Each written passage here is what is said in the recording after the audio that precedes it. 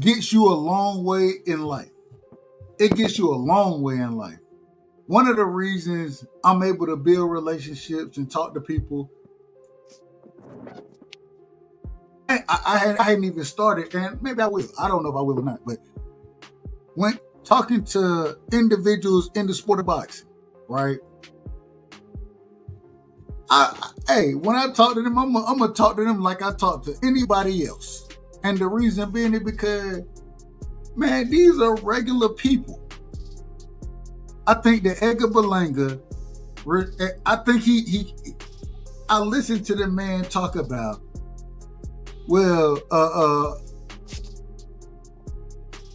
get knocked out by Canelo Alvarez. Even though he got knocked down in the fight, I didn't get knocked out. Man, you tell me when a fighter go in there not looking to get knocked out. That ain't what you look for in a fight. We got my brother Free in here. Free, Free, give me a second on this one. I'm coming to you next. I got prize. I'm going to prize. CDK, then you, Free. But when have we ever heard an individual be excited outside of Mel Charlo, another one? I made it through the fight. Man, listen, y'all are regular people like we are. Regular individuals. You box and you fantastic at your sport. But at the same time, you still just all that other shit, man. It's starting to get on my nerves. It's starting to bother me. And what I'm starting to notice is those individuals who have this mindset that, no, because I'm special in this sport, all of a sudden I'm better. I'm better than some of these. I'm better than everybody else. No. A basketball player, LeBron James. LeBron James is great. But get what? He gonna raise his kids like I raised my kids. He gonna, and I would hope that he talk to his kids like I'm gonna talk to my son, and make sure that they understand that, man, life is not just about your accolades and all these type of things. Being the individual that you are is what's special about you. That's what's special. Like I just told y'all, I was talking to my grandmother a second ago, and she made clear to me, and I was telling her how my son, this weekend I'm going to pick him up. He's going to be back at home. I said, man, I'm probably going to have to break him out of some of the habits that he got going on, you know what I'm saying, from coming from his mom's house. And she said, she told me, she said, yeah, you got to break it. If you keep instilling the right values in him, then he's going to understand that whether what's going on there or over here, wherever he's at, going to understand that this is how I should operate. And she said, when you went to college, this is what my grandma told me. She said, when you went to college, when you came back home, you still, even the people you brought with you, I could tell that they had values like you had, the same. I could see the values in them like I see the values in you. And all I'm saying is Edgar Berlanga, the reason he got his ass whooped the way he did it because the man, he lost himself. I think he lost himself. He went out there and he thought he was better. The man was the king of New York, supposedly. The man was out there with the chains, the cars, Fat Joe. Excuse me, not Fat Joe. Fat Joe. What's his name? What's the brother name? No, that's Fat Joe. That's Fat Joe. Okay, Fat Joe. Thank you. Fat Joe. walking around out there acting a damn fool. And at the end of the day, man, be who you are. That's the only thing I really want to say real quick. And then I'm passing this thing around. I apologize for being long-winded, but be who you are. Don't worry about all the outside influences. Don't worry about that. Be who you are. Because the person that you are, you're good enough. You're good enough. A lot of folks prize CDK, Bullet, Free. I done talked to all of y'all, you know what I'm saying? And one of the things that is so important, and one of the reasons I rock with y'all, is because the person that Free is on a different panel when I'm rocking with him, he the same person. When I talk to CDK is the same person. Bullet, the same person. Prize, the same person. I think that's, man, stop letting these people influence you to be something that you're not. And I'm not saying any of y'all are doing that. I'm saying that Edgar Berlanga, that's who I'm talking about right now. I think that he felt like that the man, he got the big head. The man literally said, I ain't get knocked out by Canelo. Brother, you lost the fight. When have we ever seen somebody say, hey, well, outside of Jamel Charlo, respectfully, outside of Jamel Charlo and Edgar Berlanga, when have we heard fighters say, at least I ain't get knocked out? Nah, nigga, you supposed to go in there to win the fight. I want to see you put hands on a motherfucker. That's what I want to see. But you going out there. Let me open the panel up, man. I apologize for being long-winded. Prize, welcome to the show. I appreciate you pulling up on me, man. Go ahead, man. I'm out of order tonight. You Gucci. Nah, shout out to Dub Rightside for the early stream. Shout out to my brothers on the panel. You already know what it is. Shout out STN. But Edgar Berlanga, that was a very humbling experience for him, dog. Real talk. Like I mean, you said pretty much everything. He coming around here with these chains and these Richard Mule watches, and you know, he hanging out, he's talking a lot of ish, you know, and he got humble. Now, the most of us picked Shiraz to win, but not like that. I picked him in the UD, but Berlanga, man, I've been saying it for a while. I like him, but he's not really good. He's not really that good, but his outside the ring antics make people like Dub, Rightside, and a lot of people, we don't care if he got knocked out. Oh well, you know what I'm saying? So I think the outside outside the ring antics is what got him knocked out. Yes. I think that's what got him knocked out. He running around. Him. Go ahead. No, I was about to say he running around here like he a rapper. You know what I'm saying? And he got the man is throwing money. Oscar De La Hoya. Like Oscar don't got nothing to do with the fight. And the man, he throwing wigs. He throwing heels. He throwing. Hey, bro, look, that man threw everything but the kitchen sink. Now he should go pick that money back up because he gonna be in the back of the line. We gotta get. We gotta. Hold on. He need the money now, but we gotta give him the drop. We gotta get Edgar Berlanga the drop. Yeah, man. We gotta give him the drop. That's damn. It's a bunch of bull. It was a bunch of bullshit, man. Yeah. Go ahead, Prime. Nah, and I'll pass it because I don't want to be. Be long-winded. Nah, it's all good. I can't do that. That's just me.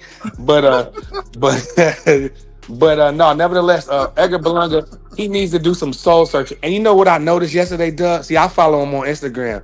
So he made a post on IG yesterday about like things didn't go my way, woo woo woo. But you know, all that shit talking he did, he has a nerve to turn his comments off. He had the audacity to turn the comments off, and that's why I said, you That know what, nigga, that's some sucker shit. he didn't even make it to the press conference. They said he Right? went to the hospital, and Yeah, he did. anybody who go to the hospital, I give him that respect. You know what I'm Yeah, saying? for sure. You get knocked But out, you go to the hospital. Period. I but the man CDK, go ahead, brother. Go ahead, CDK. All right, what's good, everybody, this morning? How y'all doing this morning? Man, I'm gonna say this right here. Can y'all hear me?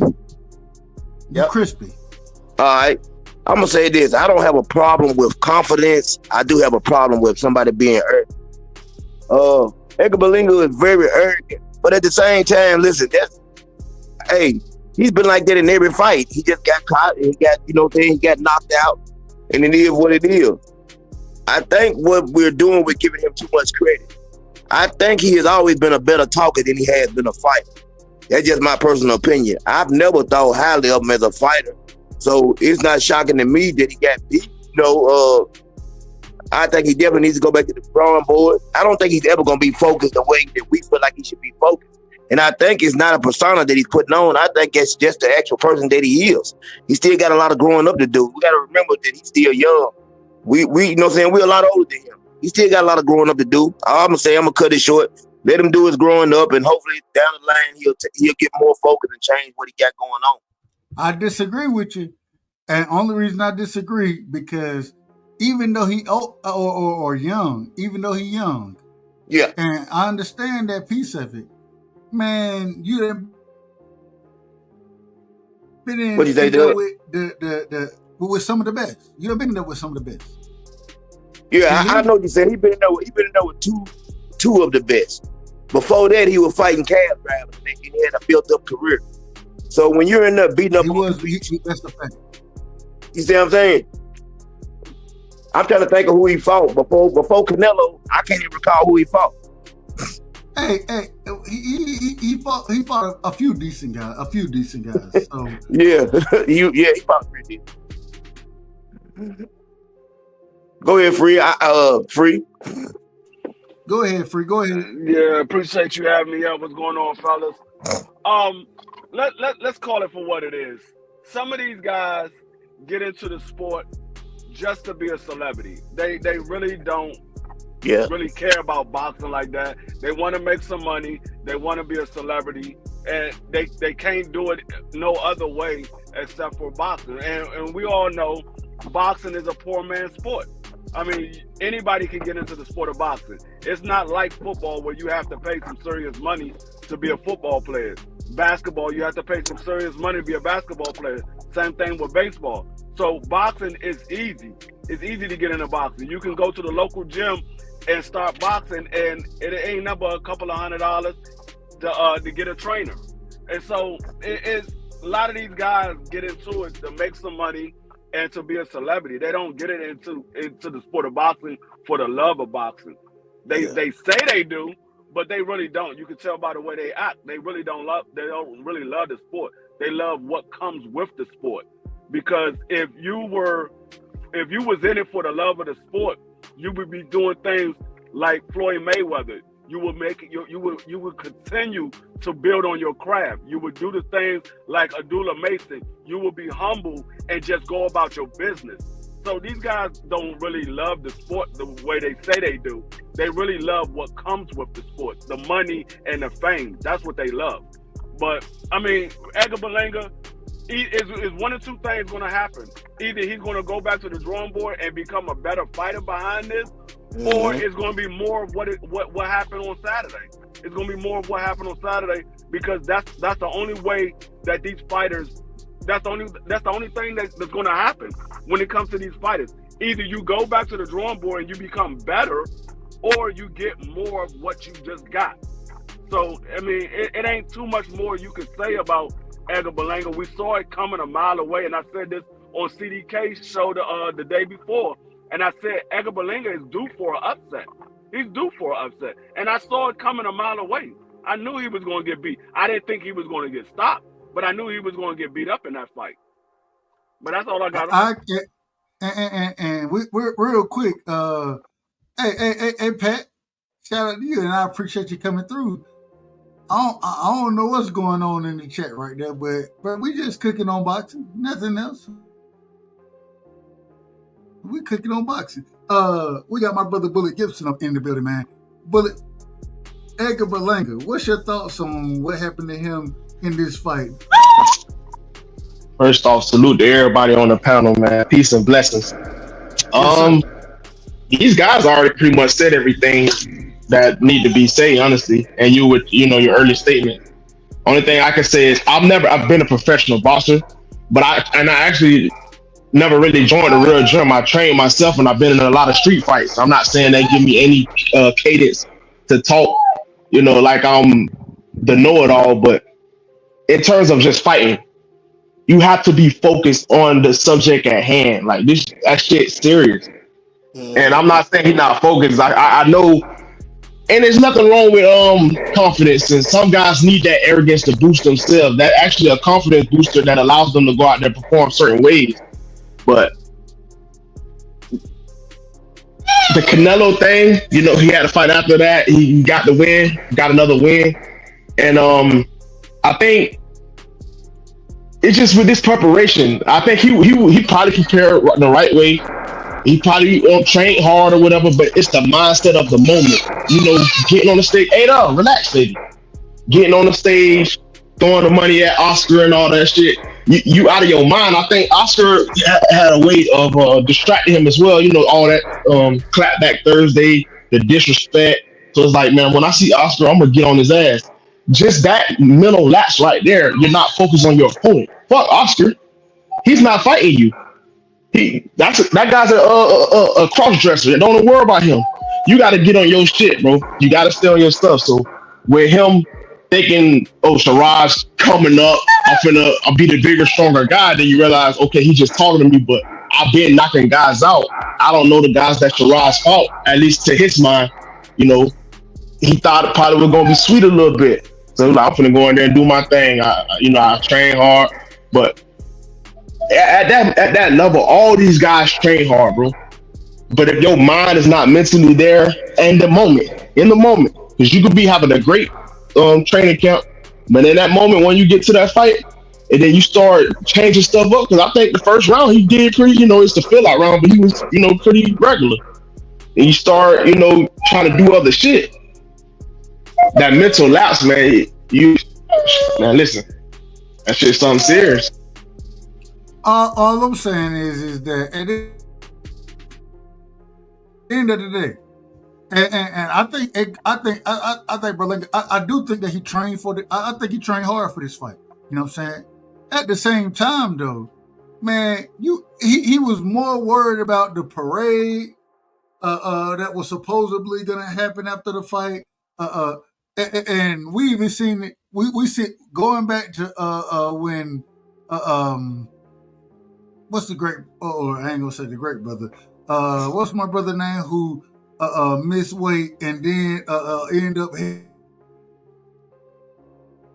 fighter that beat his brother, Keyshawn Davis.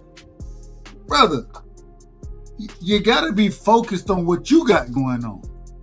And I think Edgar Berlanga was focused on other things outside of what was going on in this fight. I think he was worried about, and I went back, I don't know if y'all watch it, I watch different podcasts, but Fat Joe, and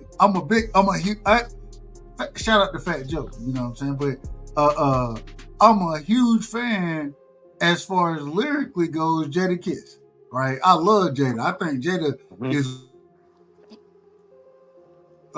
best lyricist that you can listen to. Top 5 dead or alive. Jada Kiss was supposedly I don't disagree with it. I think that man is special.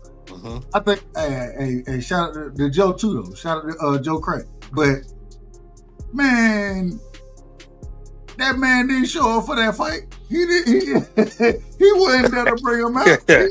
And I listened. I went back and I listened to the whole podcast. They said, hey, that brother said, hey, let me know the time. If you want me to bring out Berlanga, let me know the time. He wasn't there. The reason I think he wasn't there, me personally, this man was focused on everything else but whooping Shiraz's ass. And he went in there. I went back and watched the fights. You know what I'm saying? I watched the Matias. So real quick, I can speak on and shout out to my speak on the Matias fight. Matias Your mic Puello. going? Is your mic on going now. out? Is that me? Is my mic going out? Yeah, Is it's going Yeah, in and okay. out at I times. thought it was me because I'm in the country. So, but yeah, that is you, Dub.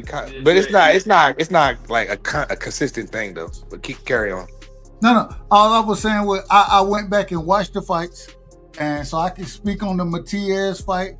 I can speak on the Morrell fight. I can speak on all the fights now because I went back and watched, and I watched them in their entirety. Right.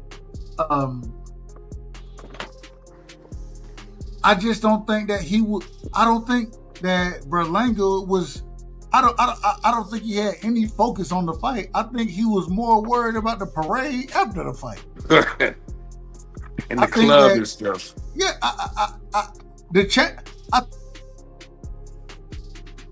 I think that's what he was worried about, and I'm just gonna be honest about it. It's ridiculous. It's out of order. It's ridiculous. And when I even and like I said, we got to recap all the fights. When I went back and watched the Matias Puello fight, I can't say that Puello lost. I can't say he won that fight. I can't say he lost it. It was a close fight to me when I watched it. Man, the pressure and Free was saying this from the beginning. Free said the whole time, man, these judges, they love somebody who's gonna walk forward. They love somebody who's gonna walk forward. And man, that's what Matisse did. That brother, man, outside of the first round, I thought that he kind of had to find his footing and his aggression in the first round. Outside of the first round, the nigga walked forward the entire fight. Now, I will say, I thought Puello, I thought he landed great shots in that fight. You know what I'm saying? I thought he landed great shots. And I thought the uppercut, man, the man should have been throwing uppercut a tad bit more than he threw it. But I don't know if it was a robbery. I can't say robbery. I can't say robbery with that. You know what I'm saying? I can say that, man, that was a close. It was nip and tuck. It was nip and tuck, in my personal opinion. That would have been a fight that, and y'all know I love to call the fights, but if I was calling that, when I'm watching, I was like, man, I don't know what Matias, in my personal opinion, some of the shots that he land, right, it don't look like it hurt an individual. It don't look powerful. But, man, them body shots he was throwing, I thought they was landing. I thought that he continuously pushed Puello back on the ropes. I thought that Puello, he could have did himself more or been in as far as the judging goes. I thought he could have been in better position if he utilized his footwork a tad bit more, shot the jab. I saw him tying up and all that kind of stuff, but and he was landing big shots. He was landing good shots, in my opinion. But at the same time, that pressure that Matias was putting on him, Matias, he was being the ring general. You know what I'm saying? I didn't, and I only said that the little cut over the eye. I ain't gonna say little because it wasn't little. It was a big cut over Matias' eye. I don't know if it really came from a punch or from them colliding with heads and those type of things, but I didn't have a problem with Matias winning the fight or the judges giving it to him. At the same time, if they would have gave it to Puello, I wouldn't have had a problem with it either. I thought it was a close fight. I thought, man, that was a dog fight, in my opinion. and I loved every moment of it. I thought that the pressure that Matias was putting on was being countered a lot of times by Pollo. I thought Pollo did a hell of a job too. You know what I'm saying? I thought it was a dog fight. So in a dog fight, man, I don't know how you can't just call it one way or another. I didn't see a robbery. I didn't think it was a robbery. Let me put it that way. I didn't think it was a robbery. It wasn't. But I did think that it was a hell of a fight. It was a close fight, and I didn't think that it was gonna be that close of a fight. You know what I'm saying? So I give both of them brothers credit. Y'all go ahead. Mm-hmm. What y'all got on Matias versus Pollo? I'll be right back, man. I gotta go get a coffee. All right, that's cool. I thought Pollo did enough to win the fight. He boxed, he moved, he turned him.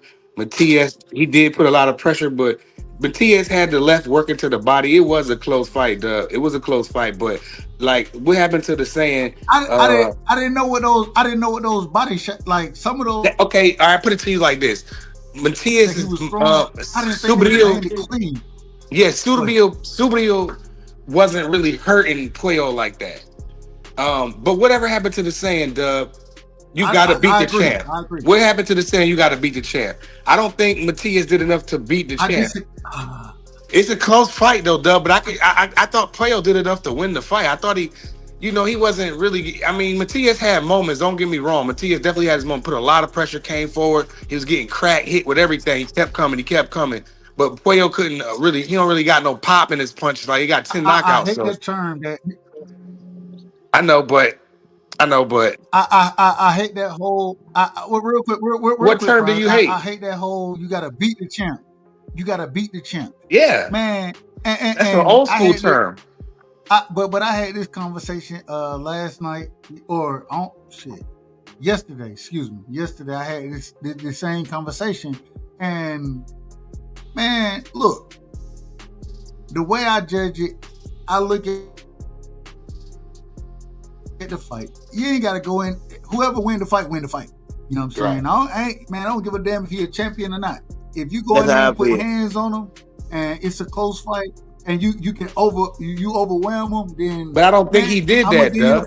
I don't think he did that. I don't either. I don't think he overwhelmed him. I'm not saying that, but I disagree with the whole. You got to go in and take it from the champion. No, nigga. I look in the close fight. Normally, they give it to the champion. I agree with that. So that's where that term, you got to beat the champ. I don't think that's right. What I'm saying is that, man. But what I'm saying is that shit. And I disagree. I thought the scorecards were. I ain't gonna say it was outrageous because it. Like what was it? A majority decision? No, it was 115, 113 on two cards and 114 a draw on the other one. Right. So it was a close. It was a close. So you mean to tell me you found 7 rounds, but you watching it you gave to Matias? I couldn't. That was hard to do, man. Go back and watch the fight again. That's hard to give him 7 rounds, bro. I could not. Because Pollo was boxing and moving, but all go ahead. All I'm saying, all I'm saying is that if I was judging it, I would have gave the fight to Pollo. Me personally. Yeah. Okay, thank you. But at the same time, it was a close fight, and I think Free said it. You might got to order. When you're walking forward and you the individual applying pressure, you know what I'm saying?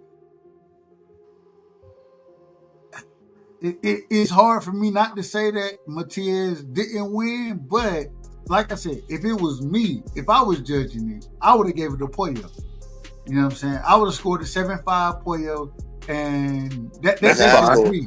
That ain't a bad score. That's probably the right score. That's all I'm saying, but I don't feel like he did enough to go in there and take the title. I can't find 7 rounds to give him. That's hard. If anything, it's a draw. But I feel like all I'm saying is 113, 115, 113, what you just said. I ain't got no problem with a draw. Yeah. But a robbery, that's not what we seen, people. I promise you that. It wasn't no robbery at all.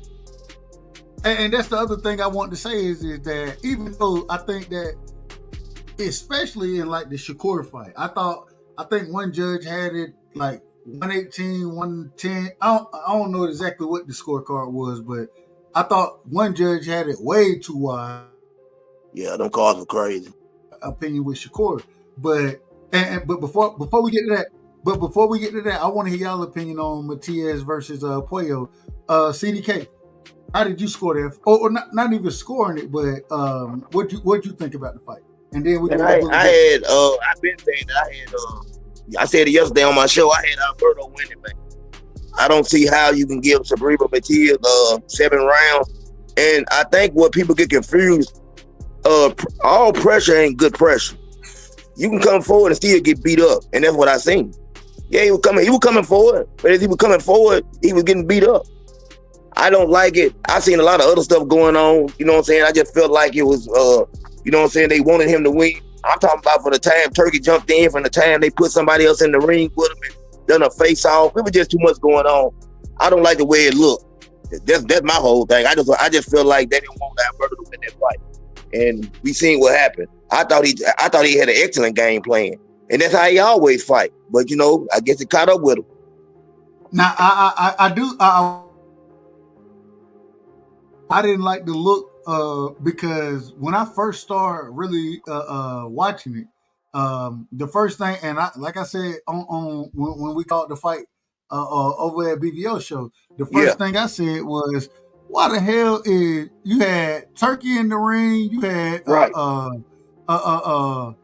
Mauricio Suleiman, and you had Eddie Hearn, and that's really when I turned the fight on. You know what I'm saying? And when I looked at it, I was like, hold on, wait a minute. You got these Negroes in, what they got to do with it? Wait a minute, what's going on? And then I was listening to my brothers speak about it, and they was like, hold on, man. This ain't nearly as close as what I think the majority of people that I was listening to, they had Sabrina Matias, or excuse me, Puello winning the fight. And when I'm looking, it looked.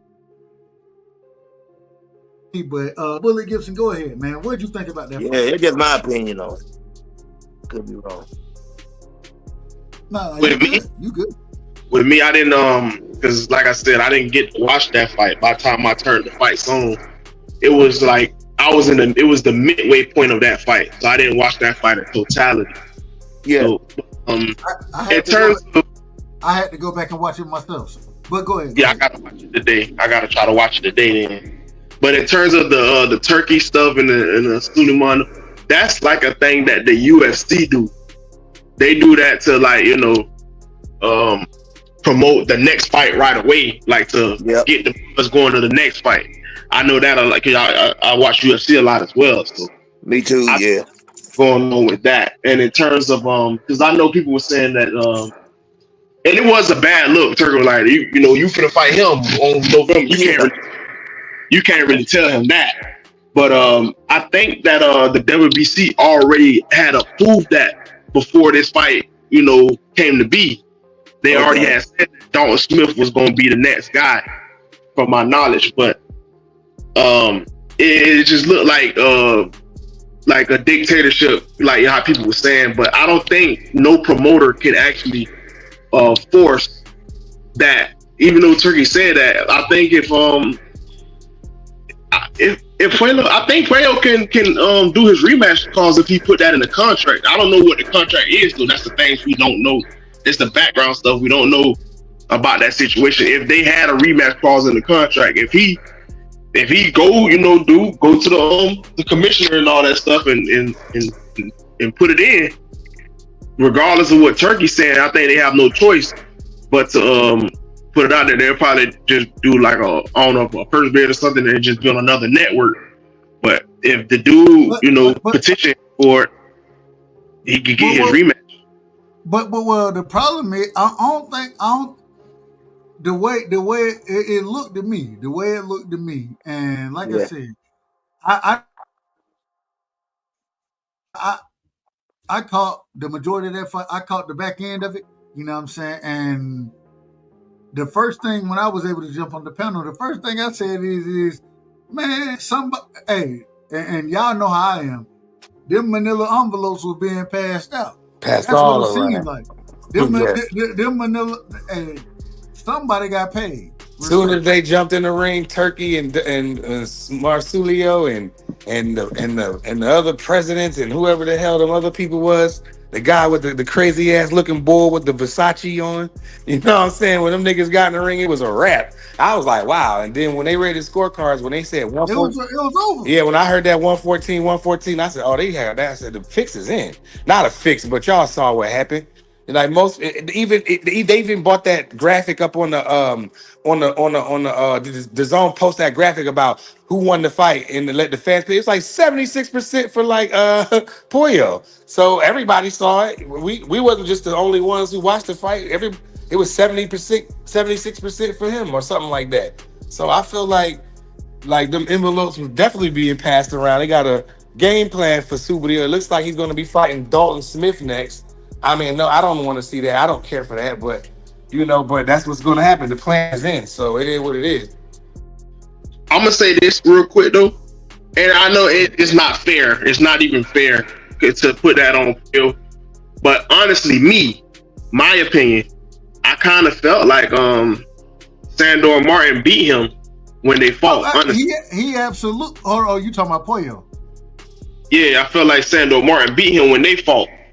To me, though, it was a close fight. It was one of those close fights, though, so it ain't nothing to get upset about. Oh, you know what I'm saying? But I felt like he won that fight, and then Pollo beat Gary Russell, and then so on and so forth. But it just it be like that sometimes. You know what I'm saying? And I don't know what Turkey them did or whatever. Maybe the vanilla envelopes was in, but I do know that the way it was structured. How they did it, that's kind of like how the UFC do it. Like they'll have the guy come in and all that stuff come in the ring and all these people will get in there and they'll put that little thing up where who you think won and all that stuff. So I know that's something the UFC do. All I'm saying is, and I say it respectfully, and it's crazy because when I think I jumped in on BVO show to call the fight. I think I jumped in right after that fight. You know what I'm saying? When everything was going on. And man, in my personal opinion, Turkey jumped in the ring. Anytime Turkey jump in the ring, I don't like it.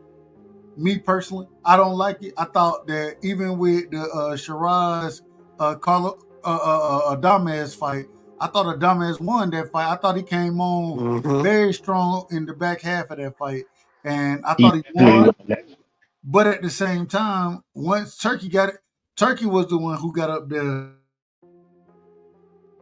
and started making, I ain't gonna say concessions, or I don't know what the right terminology to use is in this situation. But them envelopes being passed out. That's what it seemed like to me. It seemed like these envelopes getting passed out, and I was, like I said earlier, hey, I wouldn't mind judging. Who was it? I think Uncle Shelton. I think Uncle Shelton said that we need to take our ass to the school to understand how to judge fights, so we can become judges. And hey, just put 20,000. If you put 20,000 in that envelope now, it may change my opinion. You might make me change around or two. Yeah. It'd be like that. Like, I'm not saying there ain't no corruption in boxing, but I remember hearing. I think I heard it on Blue Blood. And salute to him. One of Pacquiao early fights, he actually lost. He actually lost, and then but it was in the Philippines, and so they gave him the fight. Oh yeah, I saw that. Yeah, that was crazy.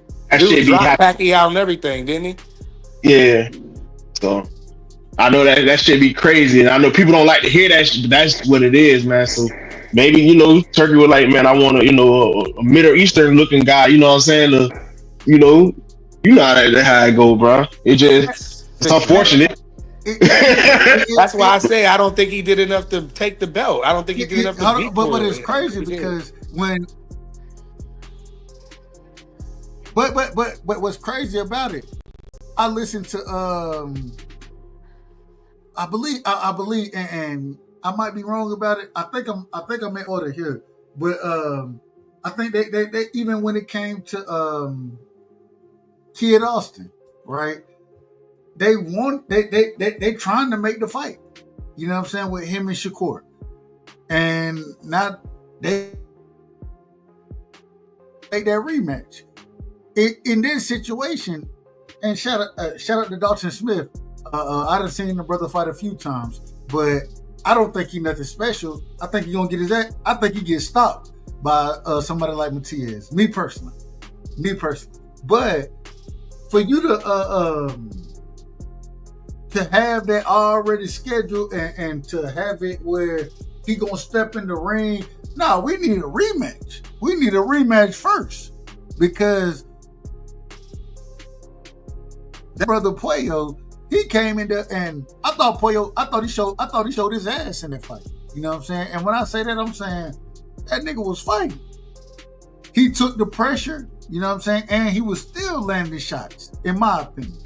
And so, man, I think we need a rematch there before Dalton Smith get anything out there. But that's why I say the fix was in. It seemed like the fix was in, because for you to jump up there, Eddie Hearn to jump up there, Dalton Smith to jump up there, The it Versace seemed man, like the don't fix forget was in. him.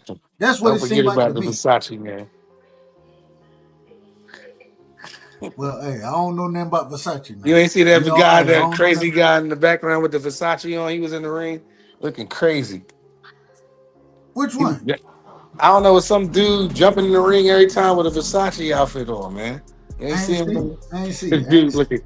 Dude was looking wild crazy, but go ahead.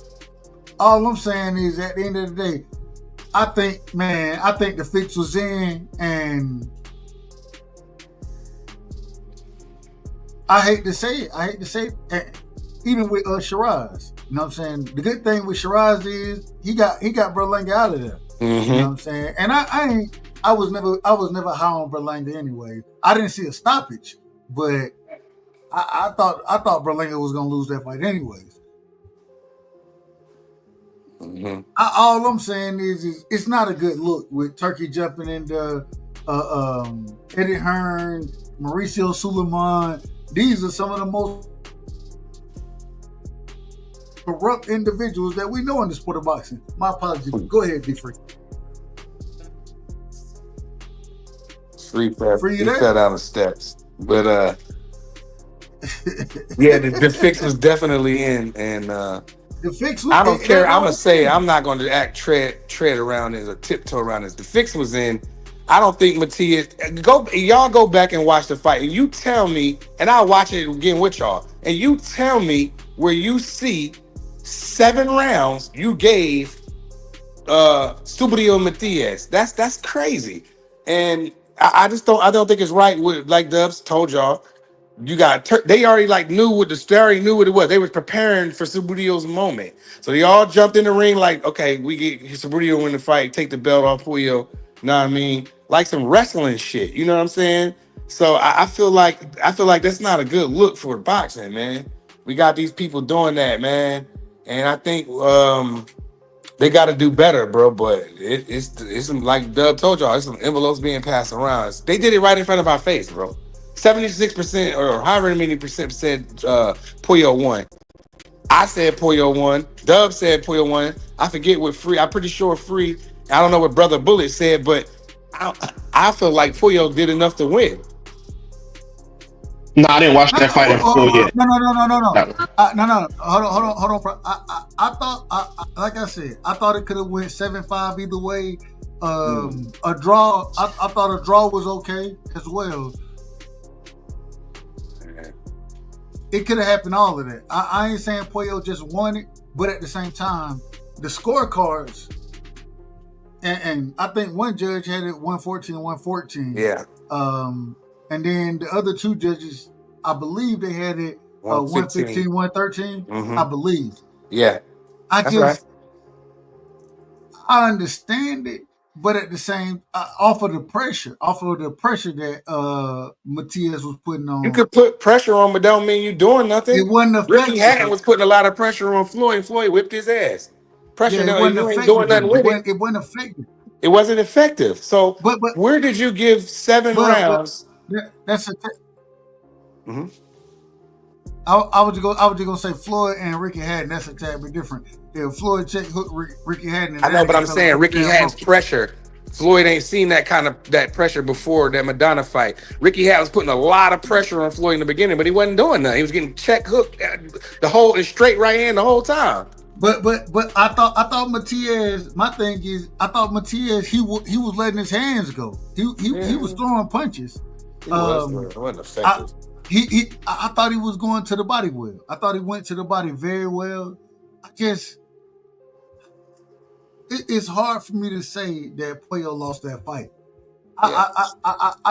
And then the theatrics after the fight, all how it all played out, and the crazy thing, like I said, and maybe I'm biased. I'm probably biased about it because if anybody know me, y'all know I love the boxing. Y'all know I love boxers. I thought that man was boxing out there, Turning them, moving, uppercut was working. I thought he tied him up when it was time to tie him up. You know what I'm saying? Like you said, the uppercut was there, the jab was there. I thought Puello did. I thought he did well. I thought he did very good in that fight. You know what I'm saying? And me personally, I said I called an 8th round stoppage. And by Matias. I didn't see none of it, and I just thought, man, I thought Puello did very well in that fight. I ain't gonna say I still don't think it's a robbery, but at the same, I don't think it's a robbery, but at the same time, I do think that I think the fix was in. I don't think the right man won. Salute the scholar, but I don't think the right man won, bro. But I don't know. I'll see what he say. Go ahead, hold on, real quick. Free, we going to free. You back in the building? All right, free in the building. They ain't pick him up yet. Go ahead, Scott. Hold on, wait a minute, man. I almost said go ahead, scholar. Man, let me give my brother shout out to the boxing scholar in the building, man. If y'all don't know, now you know. Y'all make sure y'all go sub the boxing scholar. The brother is doing hellified work over there. And I mean, the brother he done broke down the Diddy trial. The got that fire interview with Brian Norman and them. Man, he doing great work over there. Y'all make sure y'all go sub to my brother, man. Scholar, go ahead, brother. Respect. Man, I gotta be over here blushing. No Diddy. What's up, B? No, don't blush on this now. Don't blush on this. Nah, I just flattered, bro. So check this out. I ain't gonna lie. I think the fix was in, but not with the Matias fight. Matias. You gotta remember this too. Sometimes I don't watch the fight. Like with what's his name? Boots and Stanionis. And one of the persons on the panel was rooting for Stanionis. So the entire time, he's like, "Did you notice this? Did you notice that?" You get what I'm saying? So I went back and watched that fight. I was like, bro, it was a completely different fight. Magicians trick our mind with that, telling you to focus on one thing, because our brain can't focus on a whole bunch of different things at one time. Not truly, right? But the Matias fight, I think Matias, he jumped on him early and stayed on him the entire fight. I remember it was like he walked forward that entire fight, bro. That's a fact, but it wasn't always effective. I felt like he walked forward. I think it was effective though, Prize, because he looked like in the 4th round like it was a 10th round. Because he created so much anxiety in him, like just touching him. Like not every shot was a power punch. I think he did a really, really good job. But Matias is going to be a hard fight for like the next 2 or 3 years. There's going to be a lot of people that's going to try to duck him. Turkey going to have to force them dudes to get in the ring with him. But I think it was a fix in the terms of Shakur. I felt like Shakur did enough maybe to edge the fight. I wouldn't have been mad at a draw, but there is no way that didn't the judges give like Shakur like 7 rounds? They had the scorecards wide. One judge had like 118, 110, but I thought Shakur did. And hold on, we hold on. We get into that fight. We get into that fight. We get into because I want to talk about that as well. Because well, shit, hell.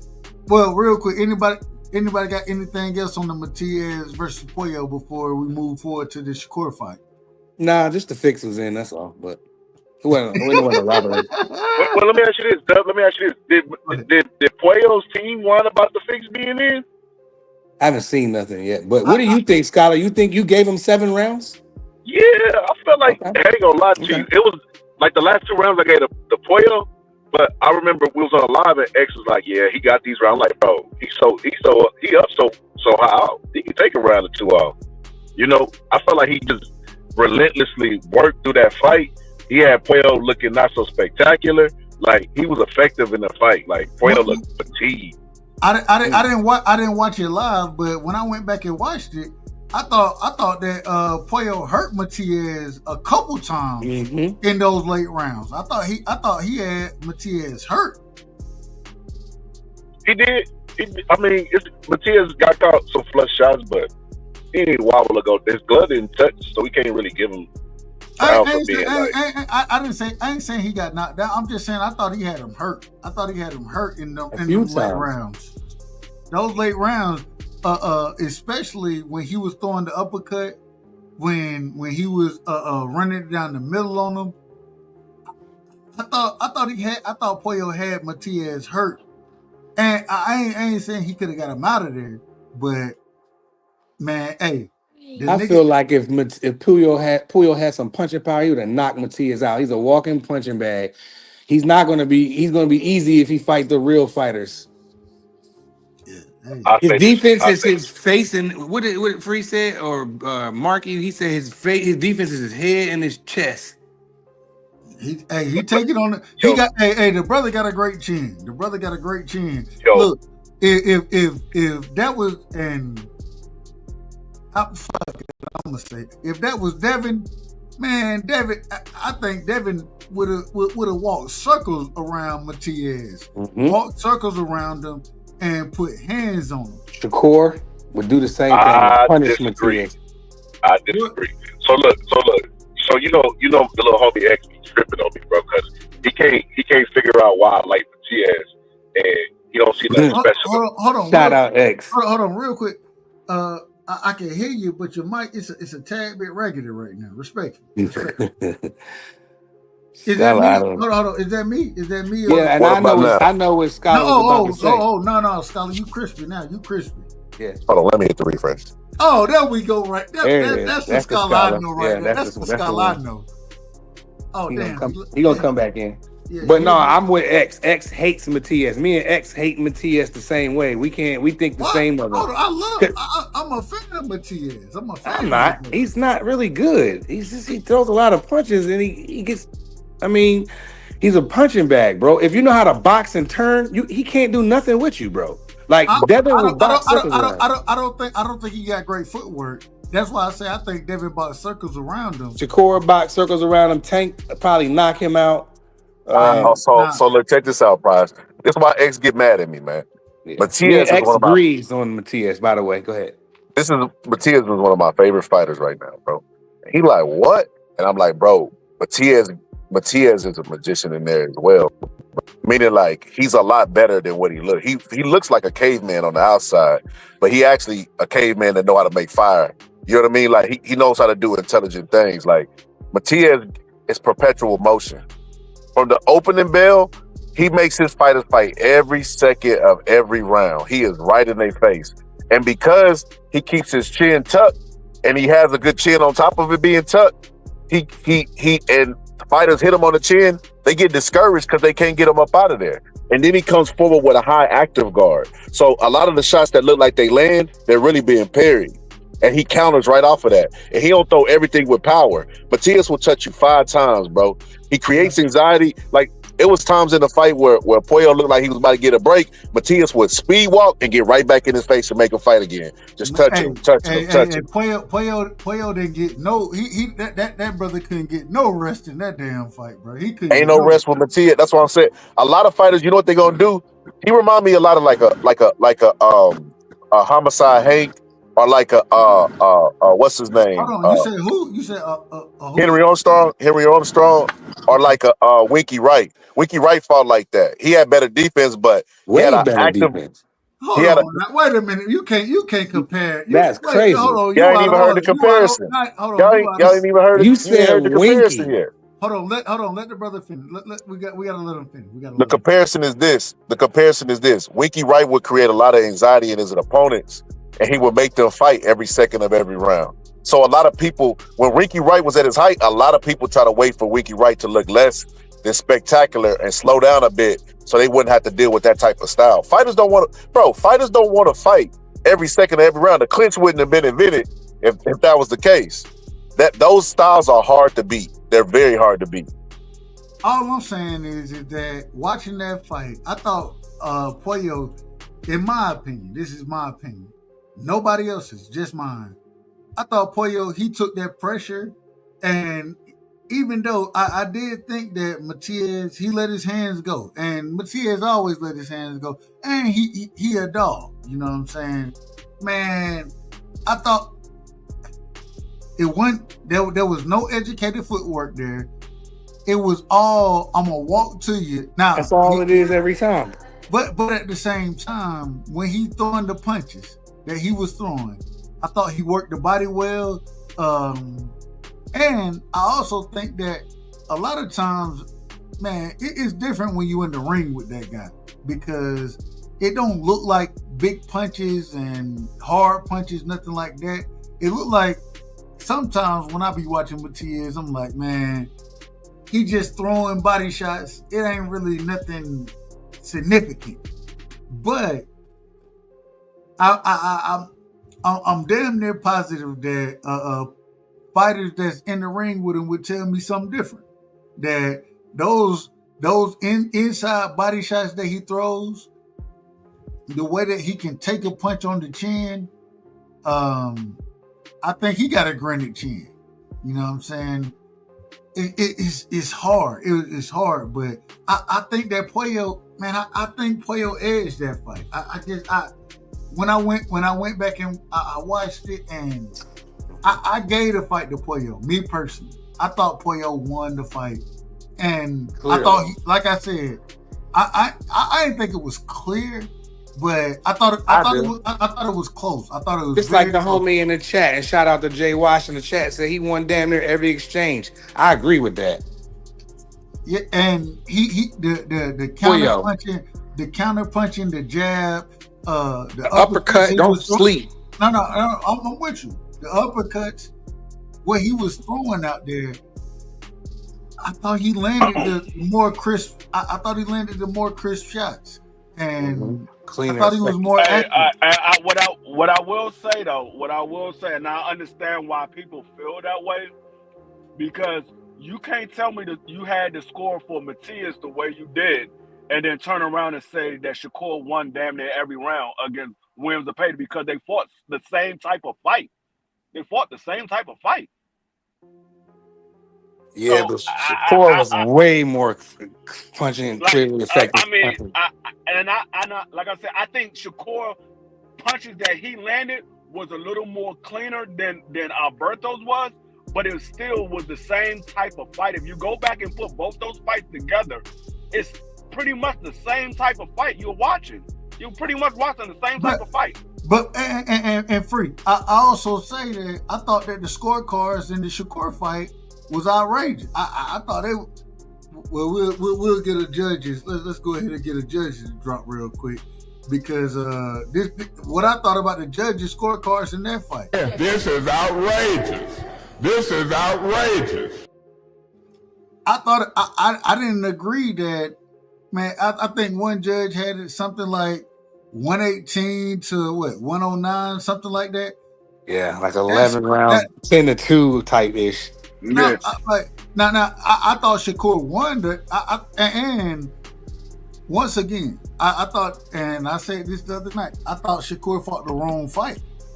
But at the same time, I thought he was looking to please his haters, and he still did a hell of a job being in the pocket. and I thought he clipped Williams Zepeda way more than Pollo clipped than Pollo clipped Matisse. But at the same time, when I went back and watched, man, some of them body shots that Matias was throwing, and like I say, it's one thing. It's one thing to be in the ring with a motherfucker, and it's another thing to look at the shot. And I'm gonna tell you something that I heard, and I didn't hear it initially because I wasn't watching the fight. I went back and watched the fight, and Antonio Tarver said it. He said Shakur got to get off them daggone ropes. We just saw Alberto lose by being on the ropes like that. He got to get off the ropes. Hey, Free. When I was calling that fight, what I said: get your ass out the damn man. Get the hell off the ropes, man. Get out the corner. What are you doing? And so now, that's what I'm saying. Even Antonio Tarver, and I don't agree with a lot what Antonio Tarver said, but he saw the same thing that I saw. If you scored it that way against Matias and Alberto, how you don't have it closer versus Shakur and Zepeda? Now, I like you said, I believe Shakur won that fight clearly, but I think it was closer than what the judges had it. I don't think it was that wide of a margin. Agree. We agree. Well, I think it was a wide margin. I think he whooped him. Zepeda was throwing a lot of body shots. They was effective. I credit him for that. He got the jab was coming in there. He had, Shakur got hit a little bit more because he, like you said, he was trying to crowd please or fan please. But nevertheless, his shots were way more cleaner. Them combinations, he was throwing them joints in threes. His ring generalship, when he got in the middle of the ring, Shakur did damage. Only when he backed up to the ropes is when the Zepeda was effective. Other than that, it was hard. I gave him about 3 rounds, three rounds tops. Easy. I had an 8-4, 9-3 for Shakur. You know what I'm saying? Me personally. 2 Cents said Zepeda missed 709 punches. That's crazy. Man, one of the things he threw over 1,000 punches. But one of the things that I loved about Shakur was the way he was going around that guard. You know what I'm saying? I said it when I was calling it when Zepeda was in the high guard, Shakur was hooking around that damn guard. You know what I'm saying? He was going around it and landing shots very cleanly, in my personal opinion. And the other thing, he wasn't just throwing one shot. He was putting combinations together. And I thought Shakur won that. I thought Shakur's fight was much more cleaner than what Matias versus Pollo was. But I still think that I thought Pollo won that fight. Yeah, Pollo definitely won. Like I said, I wasn't mad at people saying that they believe that Alberto won that fight. I just knew what the judges would be looking for. Alberto is not the bigger name. Now, if Zepeda was the bigger name, maybe we would have got a different outcome. Maybe it would have been a different outcome. But Alberto's not the bigger name. Matias is the bigger name. So they're going to give the benefit of the doubt to Matias because he's pressing the action. He's the bigger name. The money is behind Matias. So if Zepeda was the bigger name and the money was behind Zepeda, so to speak, I think Zepeda would have got a different outcome in that fight. Scholar, what you got on that the Zepeda versus Shakur fight? What you had on that? Hey, in the words of Foyce, going by the point system, gotta give it out. It just depends on what the judges like, man, because volume versus quality. When listen to Prize is consistent because he thinks Pollo won, he thinks Shakur won because they were letting clean shots, but punch volume, I think it was a close fight. I think it was way closer than what the judges seen. I don't know what they was talking about. Like, if that fight would have been a draw, I wouldn't even been mad at that. You know what I mean? I felt like that was a good fight. I like the way Shakur was fighting in that fight. It looked like times where Shakur was fading. But I was like, Shakur, hang in there, buddy. Like, did you hurt your hand? Like, what's going on, man? Hang in there, buddy. Hang in there, buddy. But that was a good fight. That was a good fight. I felt like the score was way too wide for my liking. You know what I mean? I don't know what they was looking at. It's just like D brought up a good point. How do you score one fight one way and then the exact same style gets in the ring again and then you score it for the other way? Like what made These you are change? Score was different. way more No, cleaner but though. these are different judges. It's different judges. It's different And Oh it yeah, judges. was a you're right. They different do fight change. too. But Sugar you Cord but you had know other things working better than Puyo, like ring general shit. When he was in the middle of the ring doing his thing, making a miss, hitting him, countering, crazy combination. He's putting No, them no, shits together in threes and fours. that's the right. reason Puyo why wasn't I doing think. that like that. But that's the And that's reason. why That's the reason why we think Shakur won the fight. But I still think it was closer than what the judges had. I'm not saying Shakur lost the fight at all. I think Shakur won I that want fight. I want to ask y'all this question. I want to ask this: should we do a show as far as breaking down how these judges are scoring? Because I think, me personally, and I think everybody on the panel already know what I think about the judges. I think that those Manila folders, envelopes, excuse me, those Yellow Jones. they being handed out. You know what I'm saying? I think individual shit. When I went back and watched the Matias fight before I watched it, when I finally got a chance to jump on, the first thing I seen was Eddie Hearn and Mauricio Suleiman and Turkey in the damn ring. Those were the first individual, and the first thing I was thinking in that Matias versus Puyo fight, when I seen them, I think I told y'all, I said, hey, they handed them damn folders out. Hey, somebody getting paid around this motherfucker, and those judges, when I say it respectfully, I say this respectfully, but it seemed to me that it took a second for them to write their damn. They had to go back and calculate their damn scores. You know what I'm saying? That's what it seemed like. That's what it seemed like to me. And I don't be liking the consistency with the score calling neither, because one fight you'll have that score right after they finish the fight. They before they can even take their gloves off, they ready to call the score. But other fights, we gotta go to commercial break. It's a whole. I'm like, dog, why is it taking so long for these daggone scores to come out? Like, it was because They ain't get their envelopes yet, hey, Free. they trying to figure out they trying to figure out how much is in the envelope. They not worried about the scorecards, Free. They trying to figure out how much is in the envelope, and is whatever is in the envelope. Is it okay for me to take my honest criticism and judgment away? Hey, that's how I'm. I know it was one fight that you had called, and we waited like damn near 5 minutes for them to get a score. I'm like, dog, why is it taking so long for the score? It's ridiculous. Yo, Dub. Remember I talked about how they eventually gonna have to move to AI, bro. Like, these judges don't have to explain why they scored the fight the way they fight. At least they could do that. It ain't like they're gonna be held accountable. You know And what then I said, Scholar? I said put them Hold all on, in a hold room on. and let them watch the fight on TV like we do, because we see better than them. Put them in a room, let them watch it on watch it on the TV screen and score it that way. Because this Hold on, is crazy. real quick, Pride, real quick.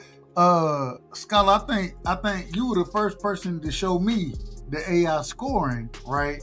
And I think you ahead of the game when you saying that, damn these judges. Let's see what AI got, man, because these judges, they out of order. A lot of these judges and we got to do a show about how far out of order these judges are, in my personal opinion. Go ahead, Scholar. I apologize. And then not only that, they could be affected by the crowd, not just the promoters. I remember Teddy Ellis on ESPN said that sometimes he would go out, like go out to dinner, you know what I mean? And the judges would be there for the boxing promoter. And he was like, bro, even if you're not corrupt, you understand the implication is, hey, I took you out and paid for your dinner. You look out for my fight. You get what I'm trying to say? Like, you don't have to hand the envelope when you're doing something like that. if you're a judge and you're judging my fighter's fight, and I took you out and paid for a $300 steak, I ain't got to say no more. We already know what you're supposed to do. I accepted a lunch. Hey, look, that wagyu speak different. It speak a little different. But that wagyu speak a little different. That's crazy. Bullet Gibson. What you think about the Shakur versus Zepeda fight and the judging on Puello versus Matias? What's your thoughts on it, my brother? Like I said, I didn't really get to watch the Puello Diaz fight as a whole. I got there like midway point, but the Shakur fight, I thought Shakur won the fight, but it was a pretty close fight. It just, I think once it got past like that fifth round, he pretty much kind of took control. But I think a lot of people not giving Williams Zepeda credit for stuff he did do. I know, because from what it looked like, Shakur actually punched harder than Zepeda. He stopped him in his tracks. He hit him with good body shots. But there were times where, like, I think Scholar said it, where it's like he would do the work, boom, boom, boom, hit him with the combination, and then he would also miss. And then he starts I'm talking about Shakur. Shakur would slow down a little bit himself. And I think because of the game plan trying to please the haters, I'll be like, man, fuck these haters, bro. They just want you to lose so they can laugh at you and criticize you and make excuses why they fighter can't fight you. But I think him staying on the ropes, trying to do the Floyd thing, allows Zepeda to, even though he's hitting his arm, he was missing. He was hitting the shoulder, hitting the arm. Occasionally he'd tap his face every once in a while, but there were times where shots were getting through. And when it's so close, like, because his hand, the way his hands is covering his ribs and, you know, the little shoulder roll thing, the way your arch is, it's times where their shots is getting through, but maybe they not counting it because it looks so sloppy and mucky. It's not like he's getting leverage on his shit, because in the middle of the ring, Shakur pretty much could do what he wanted to, because when you got a guy moving your feet, they're not able to get that type of shit off. But, you know, staying against the ropes, I think it made the fight closer. But it's just Shakur landed the, you know, clearly the more concise shots, the more eye-catching shots. So I think I pretty much felt like Shakur won pretty easily, but whether y'all say the scorecards was bad or not, I think the right man won at the end of the day. And one of the things I always say, I think that because Shakur, and I agree with you, I think the scorecards weren't all the way correct, but at the same time, I think Shakur won that fight easily. You know what I'm saying? I want to ask this real quick because I was listening to Antonio Tarver, and he said, this is what, I'm not saying this, so y'all, hey, I'm going to get fried for this question right here. Y'all don't fry me for the question. But Antonio Tarver said that he thought because of Shakur's performance, we got to put him, or we need to start mentioning him with the same names as far as, this once again, Antonio Tarver, the Floyd Mayweathers, oh man, what's my brother's name, man? What's my brother who beat Oscar? Well, he technically lost to Oscar, but damn. Sweet Pea, thank you. He said we need to start mentioning Shakur with these guys off of this performance. What do y'all think about this? That's crazy. I think Antonio Tarver took too many shots to the head. Right. I mean, one more thing, and 2 Cent said one more thing. How you miss when you miss 700 punches? I don't see how you can even have a chance to win. But what do I know? No, we're not saying that the man won like that. I think y'all mix. I'm not going at you. I'm talking about just period. This whole fight. Because I think y'all missed. Everybody up here says Shakur won. Yeah, for sure. A person missed a lot of shots. What that is telling me is a person is much more active in that fight. Is one fighter is much more active than another fighter is. That's what that's telling me. If a person missed 709 shots and he landed 300 and some odd shots, that means he was much more active. So that's all that tells me. But I think Antonio Tarver, he always, that's why I say I don't agree with everything Antonio Tarver say, because he always say something that's off the daggone rocker. I'm like, no, you cannot offer this performance against Williams Zepeda, who a lot of people didn't give Williams Zepeda a chance of beating Shakur. You can't say that now because of this performance, he deserved to be in the same conversation as a Floyd Mayweather and Sweepy. Y'all didn't give him credit. I mean, y'all didn't say Williams Zepeda was that good of an opponent. So you can't turn around and give this man all the credit in the world, but you shitted on the opponent from the very beginning. That's what I don't understand with some of these people. That's why I say you never shit on your opponent, because now you want all the credit, but you just shitted on your opponent. No, you can't do that. You can't turn around and say, man, I'm going to beat this dude easy. This dude is nowhere near my level. I don't even know why he's in the ring with me. And then when I beat him, why y'all ain't giving me no credit? Man, you just told me the dude didn't belong in the ring with you. So, nah, I mean, I don't agree with nothing that Antonio Tarver said on that note. What was the context of it, though? So this well, hell, we'll pull the interview. Well, let me see. Well, hell, I got a couple more days before I'm monetized anyway. So I'm gonna pull it up. Let me pull it up, and I want y'all to hear exactly what Antonio Tarver said, because I thought, and me personally, this is my opinion. Before I play it, I thought it was some nonsense. I was like, bruh, so you telling me that off of the fight that Shakur just had with Williams Zepeda, he should be, because, and the credit I will give to Antonio Tarver, according to him, well, hell, let me let y'all just hear. I seen it. Where you talking about the one where Bud bombed him? Yeah, that's the exact one. You already know which one I'm going to. Yeah, Antonio Tarver. I listen. This is what I noticed about him. Just in that little bit of time I was listening to him, because then they asked him about Berlanga, and then he was giving Berlanga. What was that? Go ahead. No, go ahead. He was giving Berlanga like a lot of credit, and I was like, oh, he just biased, bro. You know what I mean? It's like he was overpraising him because he probably had some type of relationship with Shakur, and he liked Shakur, so that's why he was like, because he praised Berlanga in a loss. Like, how you look? Berlanga looked trash in that fight. Being all the way honest, he looked trash, and Tarver still found something nice. He got knocked out. Even before the knockout, he looked trash to me though. And he still found a way to give him credit, and it's just like, oh, okay, I get it now. If he rock with you, he rock with you. That's what I got from that. He comparing the Shakur to the greats because he knows that it'll elevate Shakur because who he is. You get what I'm saying? All right, hold on, real quick. I want to play this real quick. This is Antonio Tarver. This is the response that he gave when he was asked about the fight. Y'all let me know if y'all can hear this. Let's see.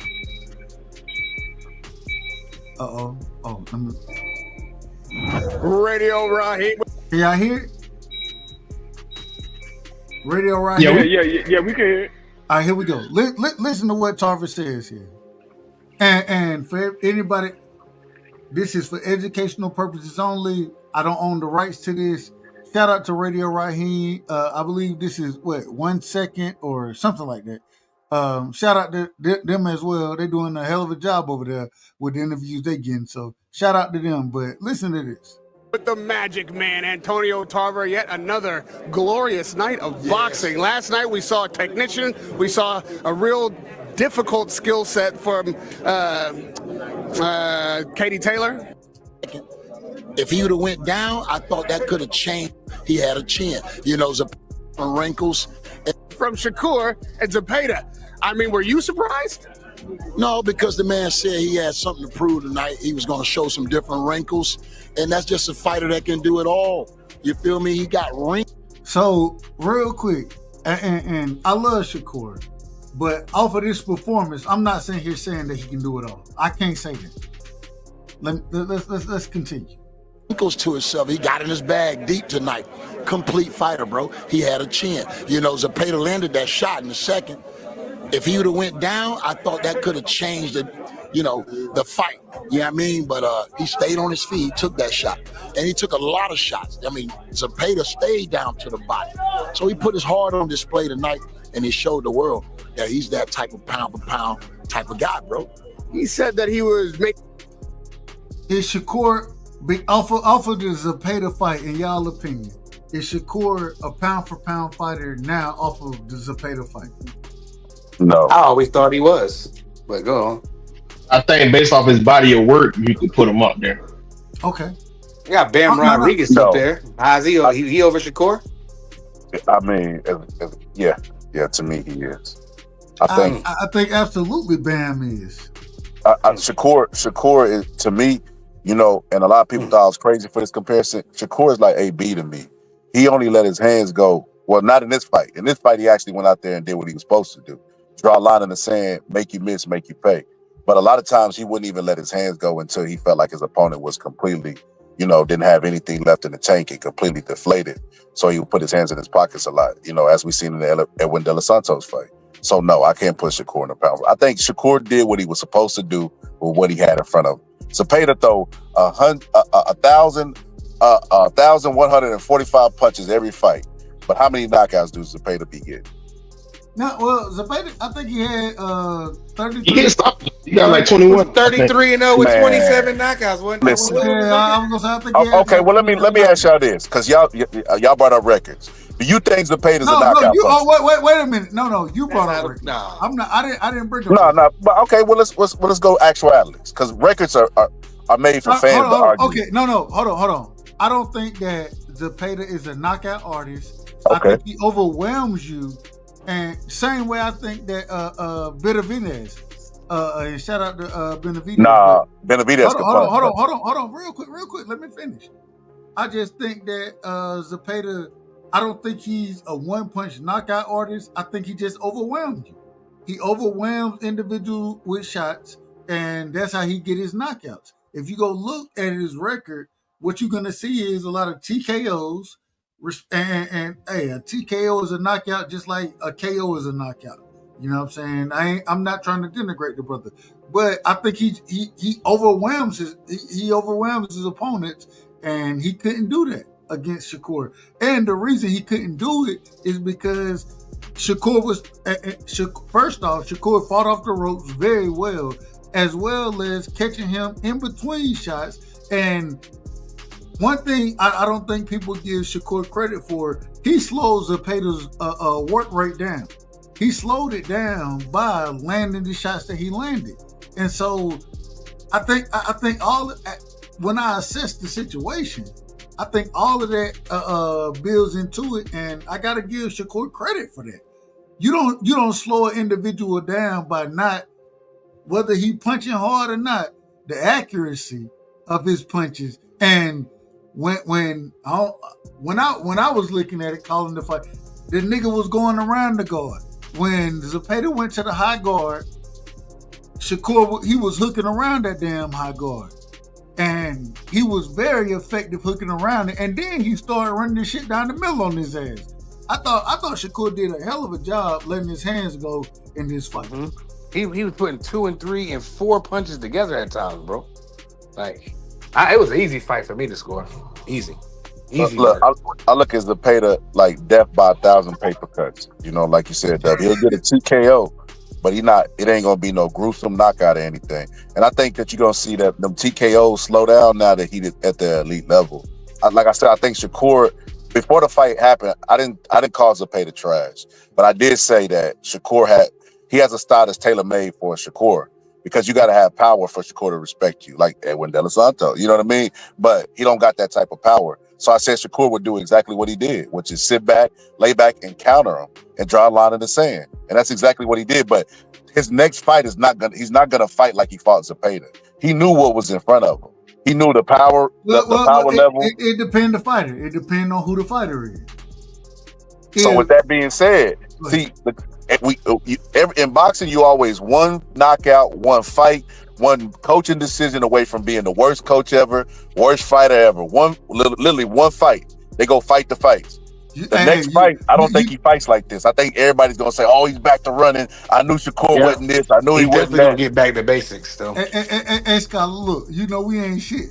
Hey, boxing fans ain't shit. We ain't shit. You know what I'm saying? If you knock a motherfucker out, then hey, we gonna give you credit. But the next fight, if you get out there and do some nonsense, we're gonna be on your helmet. So Forget all about it, Doug. We forget all about what you did forget your last all fight. about it. That's a fact. That's a fact. That's a fact. Hold on. I want to hear y'all. I want to hear y'all or hear y'all reaction to him comparing him to let's finish this real quick. Taking a point tonight and took more punishment than he needed to for the sake of it. Is that smart? He knew what he was doing. You feel me? Hey, sometimes, he started moving and they started booing. So y'all talked him out of that with the Tom and Jerry. He wasn't. He threw all that out the window and said, you know what? I'm gonna put my heart on display tonight and show the world what I'm made of. And sometimes fighters do that. But Zepeda brought the best out of Shakur tonight. That guy came with the volume punches. I think he out punched Shakur, but he didn't outland him.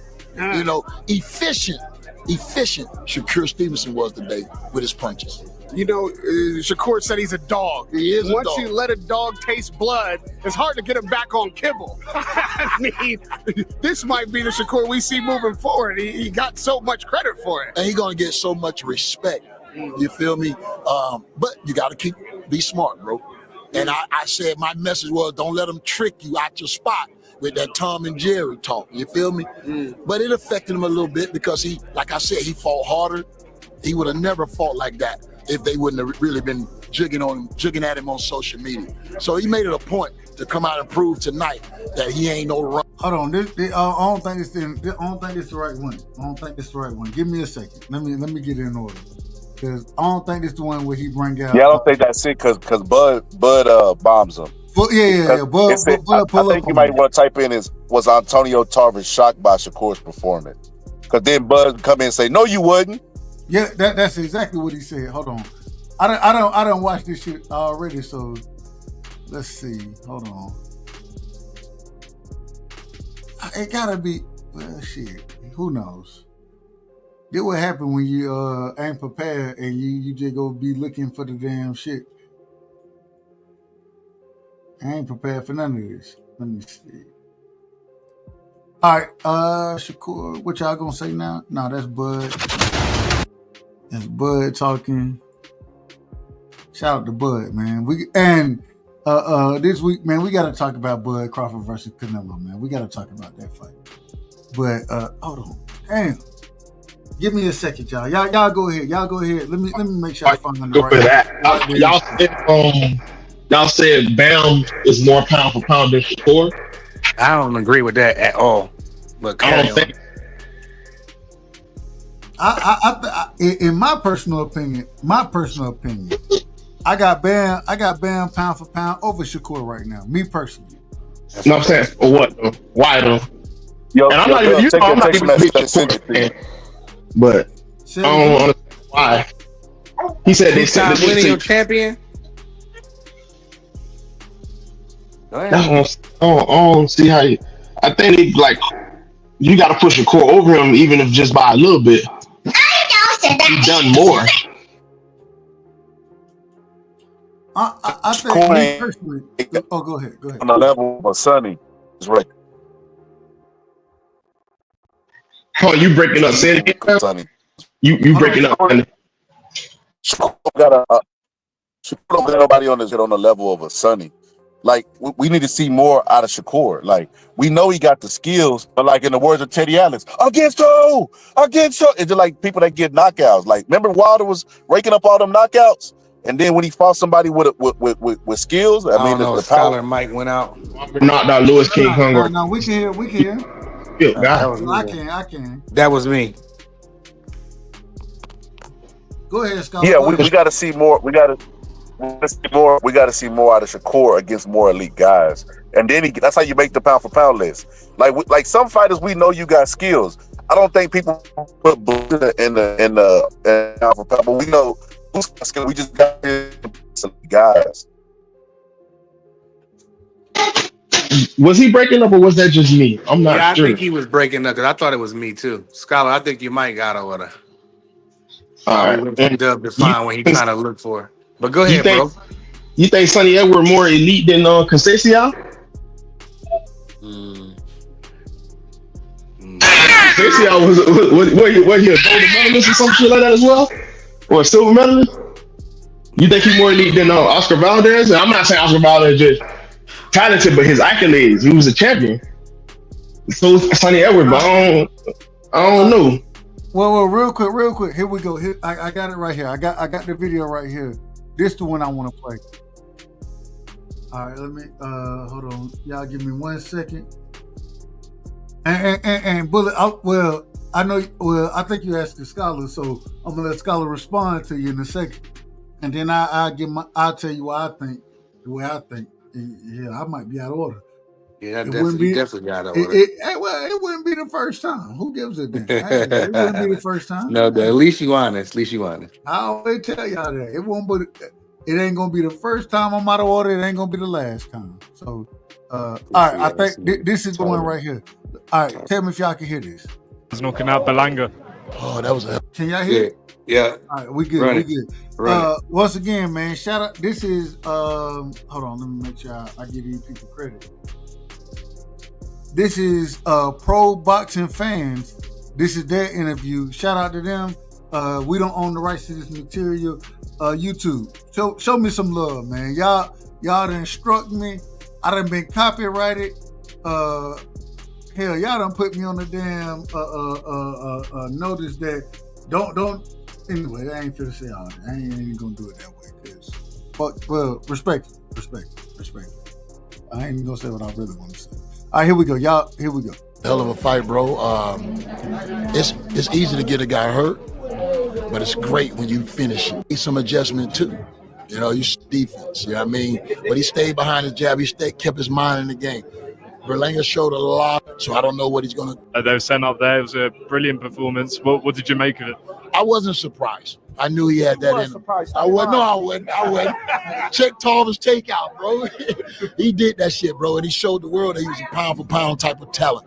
You know, you got to start comparing him to guys like Pernell Whitaker. You got to start comparing to guys like Floyd Mayweather. So off of this fight, according and this is what Antonio Tarver is saying. We should be comparing Shakur Stevenson to Pernell Whitaker and Floyd Mayweather. According to Antonio Tarver, let me rewind that. I want to hear this one more time. Shout out to Bud. Bud, don't walk around no wife beater, brother. Respect. He did that shit, bro, and he showed the world that he was a pound for pound type of talent. You know, you got to start comparing him to guys like Pernell Whitaker. You got to start comparing to guys like Floyd Mayweather because he's going about it the same way. But tonight, he put more of his heart on the line. He stood toe to toe. I want y'all's opinion on what Antonio Tarver just said there. Should we be comparing Shakur Stevenson to Pernell Whitaker and Floyd Mayweather off of the performance that he had against William Zepeda? Let's do this in order. Well, matter of fact, I'm going Bullet, I'm going Prize, I'm going Scholar, I'm going Free. Should we be comparing, Bullet, coming to you first, should we be comparing Shakur Stevenson to Floyd Mayweather and Pernell Whitaker? I think based off of what he was trying to say was he's going off of like potential, his potential talent, like, you know, his style of fighting. So I don't have no problem with it because his style is similar to theirs. Now, I'm not saying he has the accolades because I think that's what people finna get harped on. Oh, he ain't did enough. He hasn't done enough to be, you know what I'm saying, just put up there in terms of name of accolades. But if you look at the style, and I'm a huge Devin fan. I put Devin, his style of fighting, I hold Devin in a high regard as well. All these guys. So if you look at his potential, his potential of what he can do, and we already knew it, it's just they say he's done it against the smaller guys. I'm talking about Shakur. Shakur has always showed the ability where he can walk you down sometimes, you know what I'm saying? And he also showed he has good feet. He can stay in the pocket and move. It's just the outside of boxing stuff where a lot of people start to dislike him in terms of, the Twitter stuff and all that stuff. But these guys are human. So if you're just going based off of potential and what he's shown in the ring throughout his career, I don't have no problem with what he said, honestly. The guy is talented. The kid can fight, bro. That's one thing for sure. I had the argument last night or yesterday. I don't know. Hey. I had the argument that they told me because of what he says outside the ring, it should affect my judgment inside the ring. I disagree with it, but let me ask Prize. Yeah. According to Antonio Tarver, we need to. Do you agree with Antonio Tarver as far as us comparing Shakur Stevenson to a Pernell Whitaker or a Floyd Mayweather? Do you agree with him? I mean, that's tough to do, man. I mean, we talking about Sweet Pea Whitaker, bro, and Floyd Mayweather. That's hard to compare anybody to them guys. I feel like Shakur is still young. He getting better. He has all of the talent in the world. He showed you he got different levels. He can box. He can walk you down. He can totally avoid you. He can do whatever he wants in the ring, pretty much. But I don't want to go that far right now. I think that's a I think that question is kind of tough, right? That's crazy because Floyd, like his body of work is crazy. And we seen Sweet Pea go in there and dominate and get robbed before. So I mean, Shakur got a ways to go before I can say, oh, he like them guys. But as far as his talent and stuff, he definitely can be on that level. But we gotta wait and see. That's tough to ask to say, oh, is he like Floyd or he like Sweet Pea? We should put him in them realm. I'm not gonna do that just yet. That's crazy. Cause them two dudes there is, man, it's hard to mimic them dudes. Them dudes done been through some way more stuff Shakur ain't even been through yet. This is his first real, this is Zepeda bought the best out of Shakur. We see Shakur lay on the ropes, make a miss. And he got touched a little bit, but we seen him change it up, get back in the middle of the ring, land 2, 3, 4 punch combinations at times. But to answer your question, to compare them two, I'm not gonna do that. I think that's a stupid ass comparison by Tarver. Okay. Free. You there, Free? Yeah, I'm here. What you think about what should we be comparing? Well, according to Antonio Tarver, we should be comparing. Do you agree with him that we should be comparing Shakur Stevenson to Sweet Pea and Floyd right now off of the way that he's fighting and the way he stood in the pocket? And shout out to him for standing in the pocket the way he did. I told y'all from the beginning, I didn't think he would stand in the pocket as much as he did. I thought he would do some of it, but I thought he was going to be looking to throw, and he was looking to throw in between shots. But should we be comparing Sweet Pea to, Shakur to Sweet Pea and Floyd, in your personal opinion? No, I mean, Sweet Pea and Floyd did it against top level opponent on a consistent basis. Shakur is just now starting to fight top level opponents. If you really look at his resume, he only has 4 guys that you can name out of his resume that you would consider top level opponent, and maybe not even 4. It might be only 3, but that you would consider that will be top level opponents. These guys, Floyd and Sweet Pea, was doing it on a consistent basis. So I can't put him in that category right now. Now, will he be there? He could be. If he can continue doing what he's doing and he's fighting top level opponents, then yeah, you can put him in there later on down in his career. But right now, no, he doesn't have enough body of work to say he belongs in the same category or be in the same conversation as Sweet Pea and Floyd as a pound for pound fighter or whatever have you. Nah, not right now. Okay, I ain't mad at it. I want to ask this question real quick, and I'm getting ready to shut this thing down. But I want to ask, this weekend with the women's, with the and I want to say it respectfully, the women's card. But what's Jake Paul? What's his promotional company name? MVP. Thank you. With the MVP card that we seen, you know what I'm saying? I thought that was a hell of a card outside of Amanda Serrano and Katie Taylor. Me personally. And then I thought it was a hell of a card that we seen with Turkey putting on the Edgar Berlanga, you know what I'm saying, Shakur. Man, what was y'all favorite fight of the weekend, man? What was y'all favorite fight, man? Mine was Shakur. I think Shakur had a dominant. Go ahead, Free. I'll go last. Go ahead, Free. I would say my favorite performance. I would have to go with Sedation. I would have to go with Sedation Green. Yep, I would have to go with her. That's tough. Because I mean, she had got a point deducted. She dogged it out, man. She dogged it out. She dogged it out. She had got a point deducted from her, and she came back in the next round and rocked Savannah Marshall and said, "Nah, I'm not gonna let this fight get away from me," because we saw when she was trying to go for her title with Franchise Cruz that she let that fight get away from her. She was like, "Nah, I'm not letting this happen again," and so she dug down deep.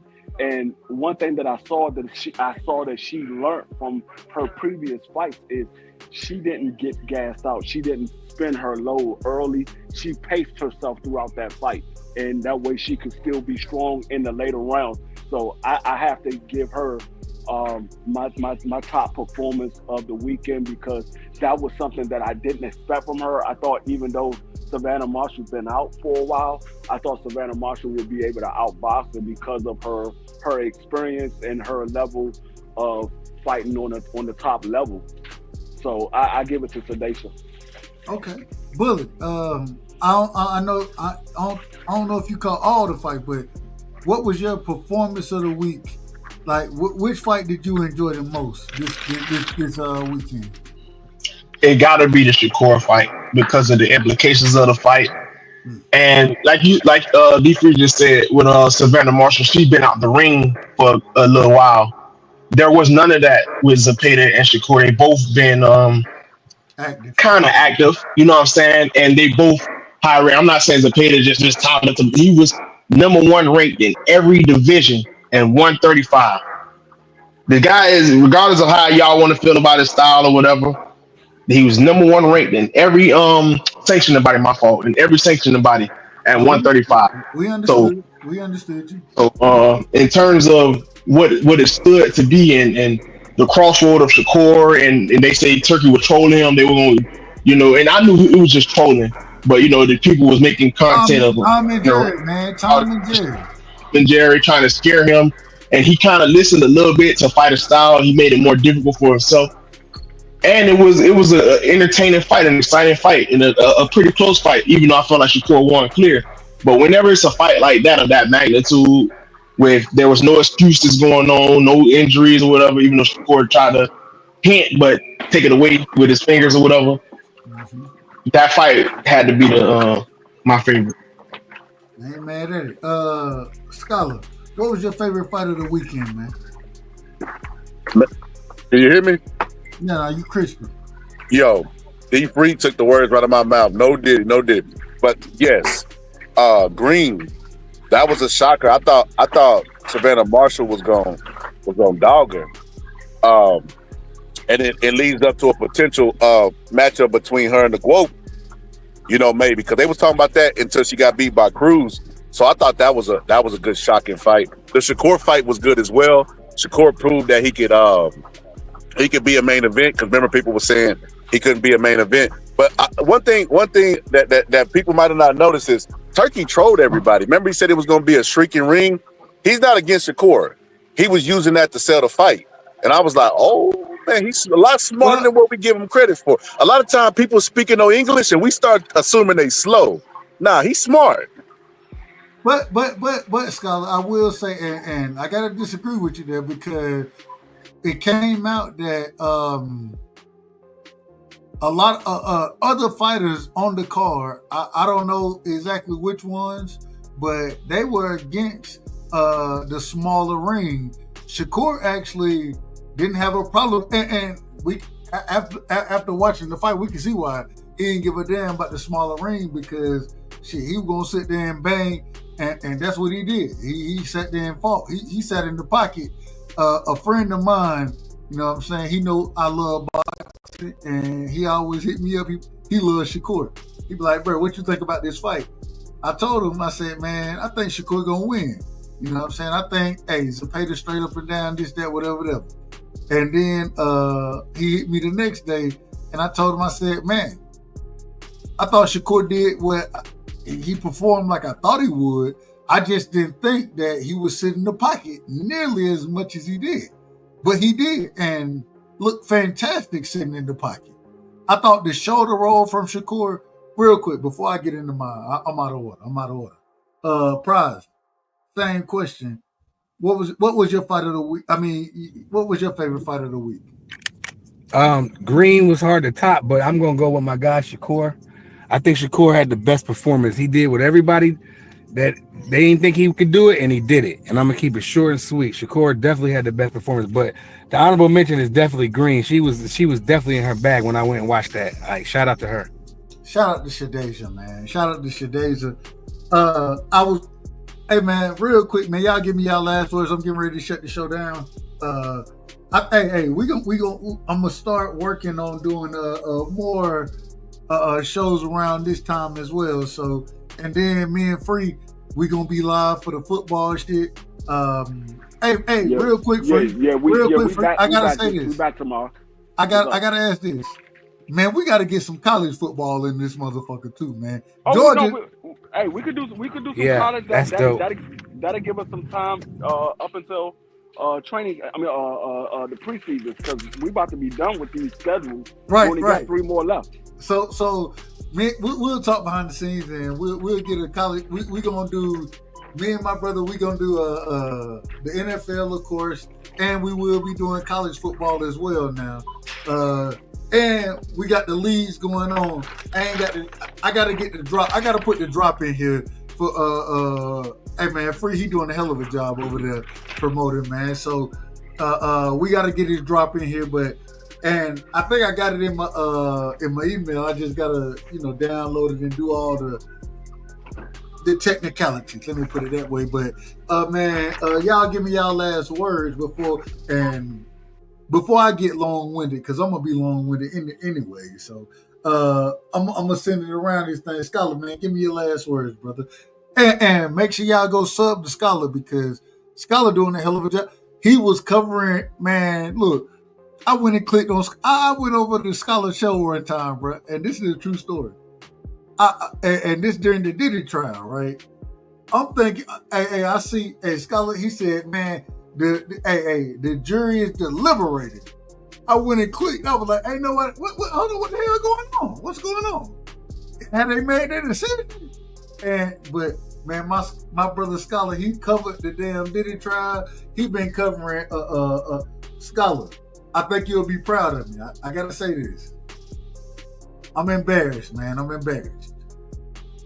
Ask me why I'm embarrassed. The boxing Scholar. Why you embarrassed, bro? Donald Trump out of order, man. The Epstein list, Donald Trump out of order. He out of order. The Epstein list. We gotta have a conversation about that, my brother. We gotta have a conversation. Definitely. I was gonna say this. Final words. Turkey finally had a successful boxing card, because the rest of them shit's been flops. They've been good on paper. When you put them in there, people talking about falling asleep during the fights and all this old crazy stuff. But one thing I was gonna say, Dub, earlier when I was saying Turkey in the smaller ring, so they rumored that the ring was gonna shrink in between rounds. You didn't hear that? No. I was listening to I believe Panda. And Panda, if y'all don't know Panda, I believe he trains William Zepeda, but he was talking about, man, I don't know how you do it in between rounds. What, you gonna have an electric ring? I was like, he had me crying when he was talking about it. But I did hear the same thing as far as it shrinking in between rounds. I did hear that.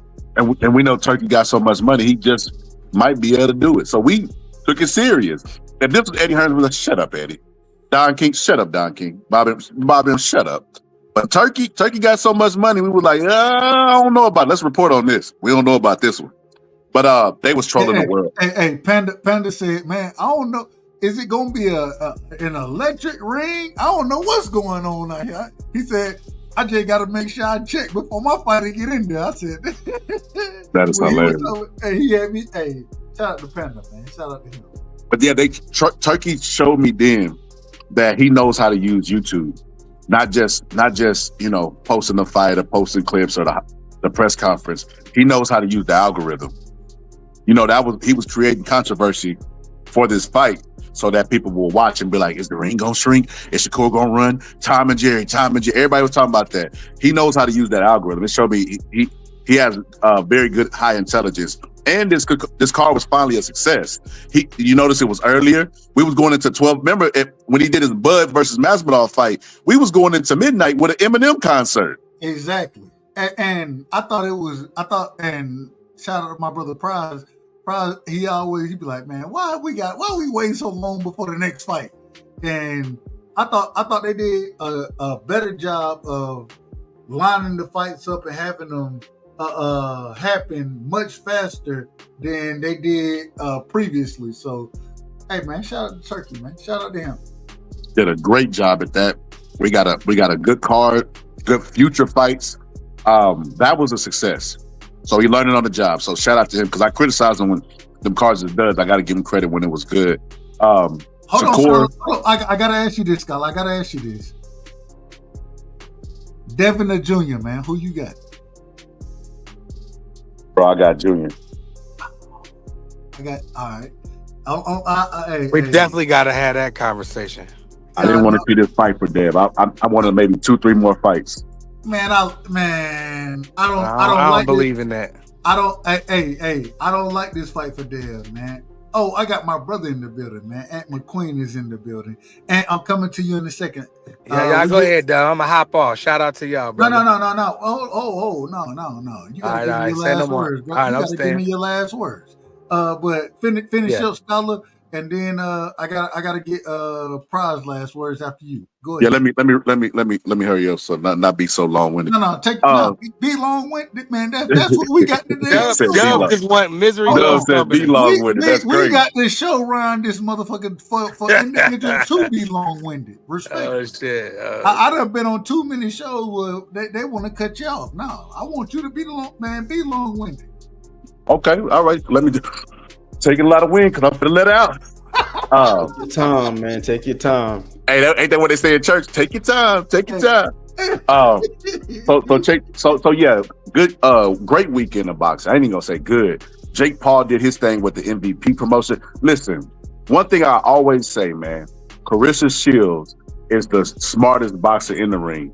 She might be one of the dumbest outside the ring. And why I say that is because, okay, well, here it is, and tell me what you think about this.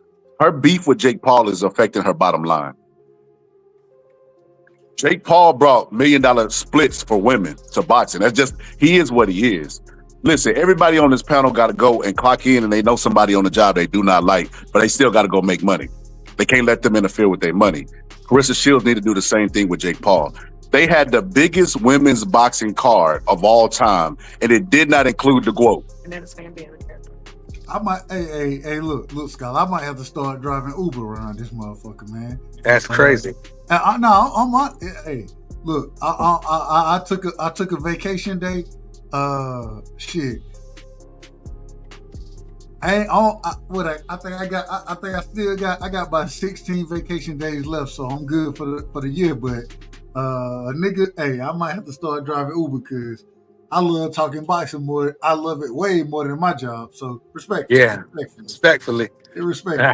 But the good thing, I work from home, so the majority of the time, not always, but hey, Scholar, man, let the people know where they can find you at, what you got going on. Let them know, man. Hey, you can find me at the Boxing Scholar TV network. What's the network TV? I can't remember. But over here, I ain't called Dub Live in a while, man. Cause a lot of times I be live when Dub live. But every time I see Dub live and I ain't doing that, man, I'm gonna definitely pull up and show love. I be trying to, man. Look, I told you I pulled up on your show one time. Hey, you had the Diddy watch going, and when I was like, man, god damn, but he got 400 folks in this motherfucker. Yeah, I done seen 500 people before. Wait for the damn. Hey, shout out to my brother the Scholar, man. Scholar was if y'all cooking don't on know, that shit. y'all make sure y'all go pull up to the Scholar channel, man. He do a hell of a job over there. Always, he talk boxing. He talk everything. You know what I'm saying? He my competition. I ain't gonna lie to you. We in competition with each other in a good way. In a good way. You know what I'm saying? We support each other. So much love and respect. No, let me stop you. I don't compete with brothers. I embrace.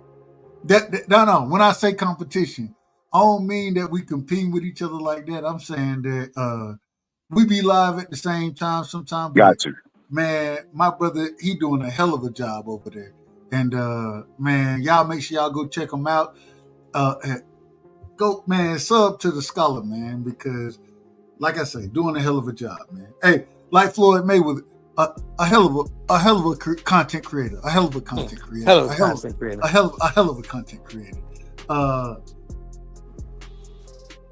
Bullet, let me get your last word. I gotta ask you the same question, man. Devin, yeah, get prize fighter. The prize fighter was gonna get up out of here. Okay, go ahead, Prize. Go ahead. Yeah, I just want to say, shout out to you, Dub Rightside. Shout out to STN, all my brothers, everybody that pulled up. I'm trying to get stuff out of Home Depot right now, so I'm gonna keep it short and sweet, man. Shout out to everybody in the chat too for showing up and showing love. Make sure y'all smash the like on the way out, please, and thank you. Hey man, much love and respect, my brother. We still got to get that interview done, man. We got to get the interview right. Yo, we lacking on that. I told you I wanted to do it when I was in the DR, but it's all good though. We could do it whenever. You know what I mean? I'm available all this week. Just hit me up. I got you. For sure. We'll talk behind the scenes and we'll make it happen this week. Absolutely. All right. Yes, indeed. Peace. Bullet Gibson, man. And I'm saving you for last because you pulled up last. Respectfully. And you my brother. So same way, Bullet, that's my brother. Bullet. Devin the Jr., man. Who you got? You already know who I'm going. Big Hanos. Come on now, Big Hanos. For sure. Hey, amen. Nah, look, though, because I already know, and hey, dude, it's boxing, bro. Shit. Just because, I'm biased. I'm biased. For sure. I'm a Georgia boy, and Junior a Georgia boy. Like I said, I think 2 nights ago, man, I'm rooting for both of these brothers. Win, lose, or draw, I'm still gonna be a fan because I love Devin. I love Devin. I love Junior. Man, I'm rooting for both of these brothers, man, and I'm glad that they're making the fight happen. Troy Graham asked me, he said, "Man, why you talking about this fight more than Canelo versus Bud?" And I said, "Shit, these young brothers, they bringing the fight game back. They actually getting in the ring at a young age. We have a chance to see at least a rematch for whoever wins, possibly a trilogy out this motherfucker. And I think it's gonna be beautiful. And so, man, shout out to Devin, shout out to Junior. But I got Junior, man. I got Junior. God damn it, I hate that.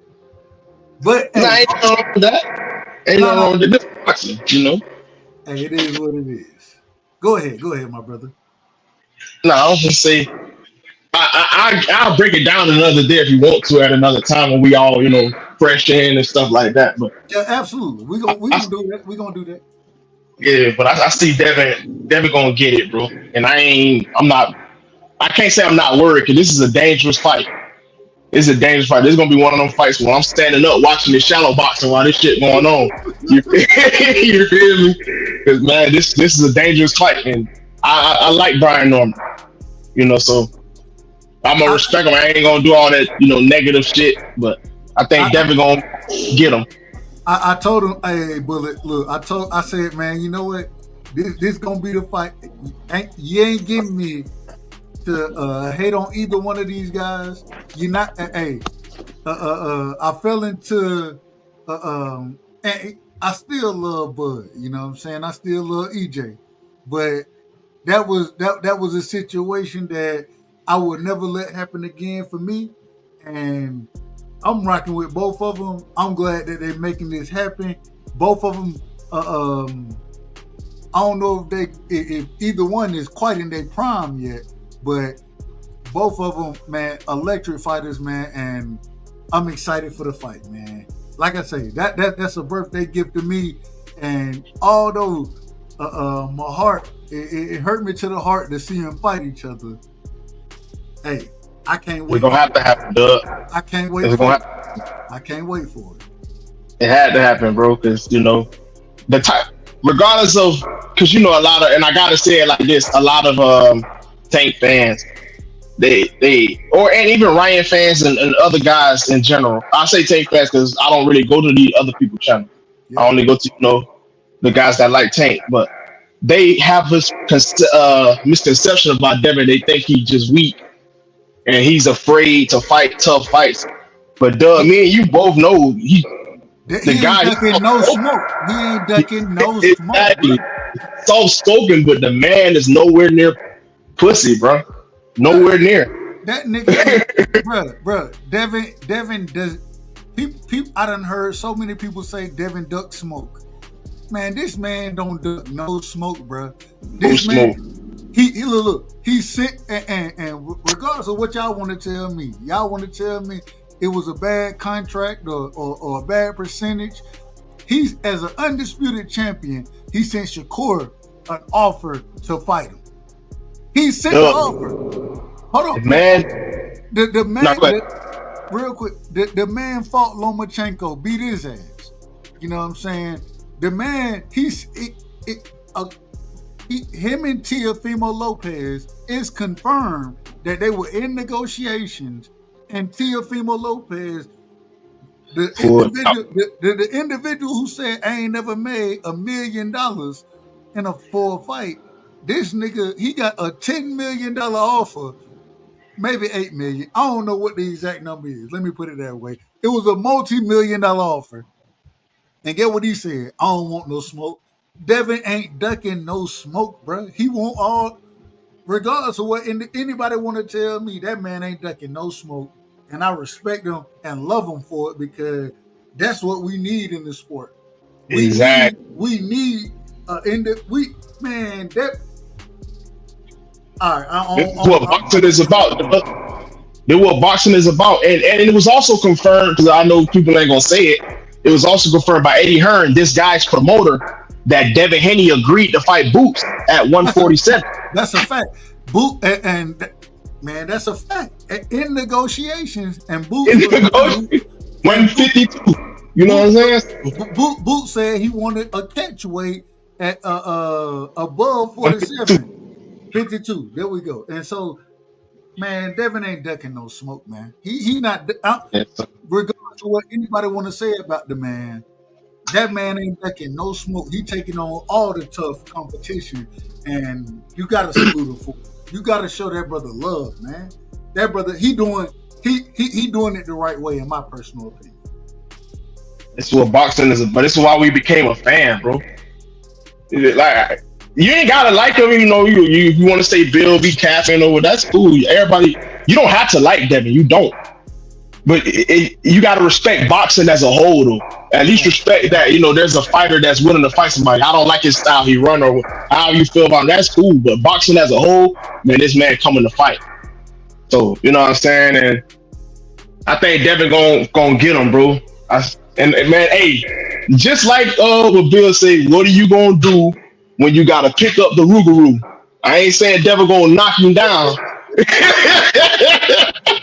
So hold on. Wait a minute.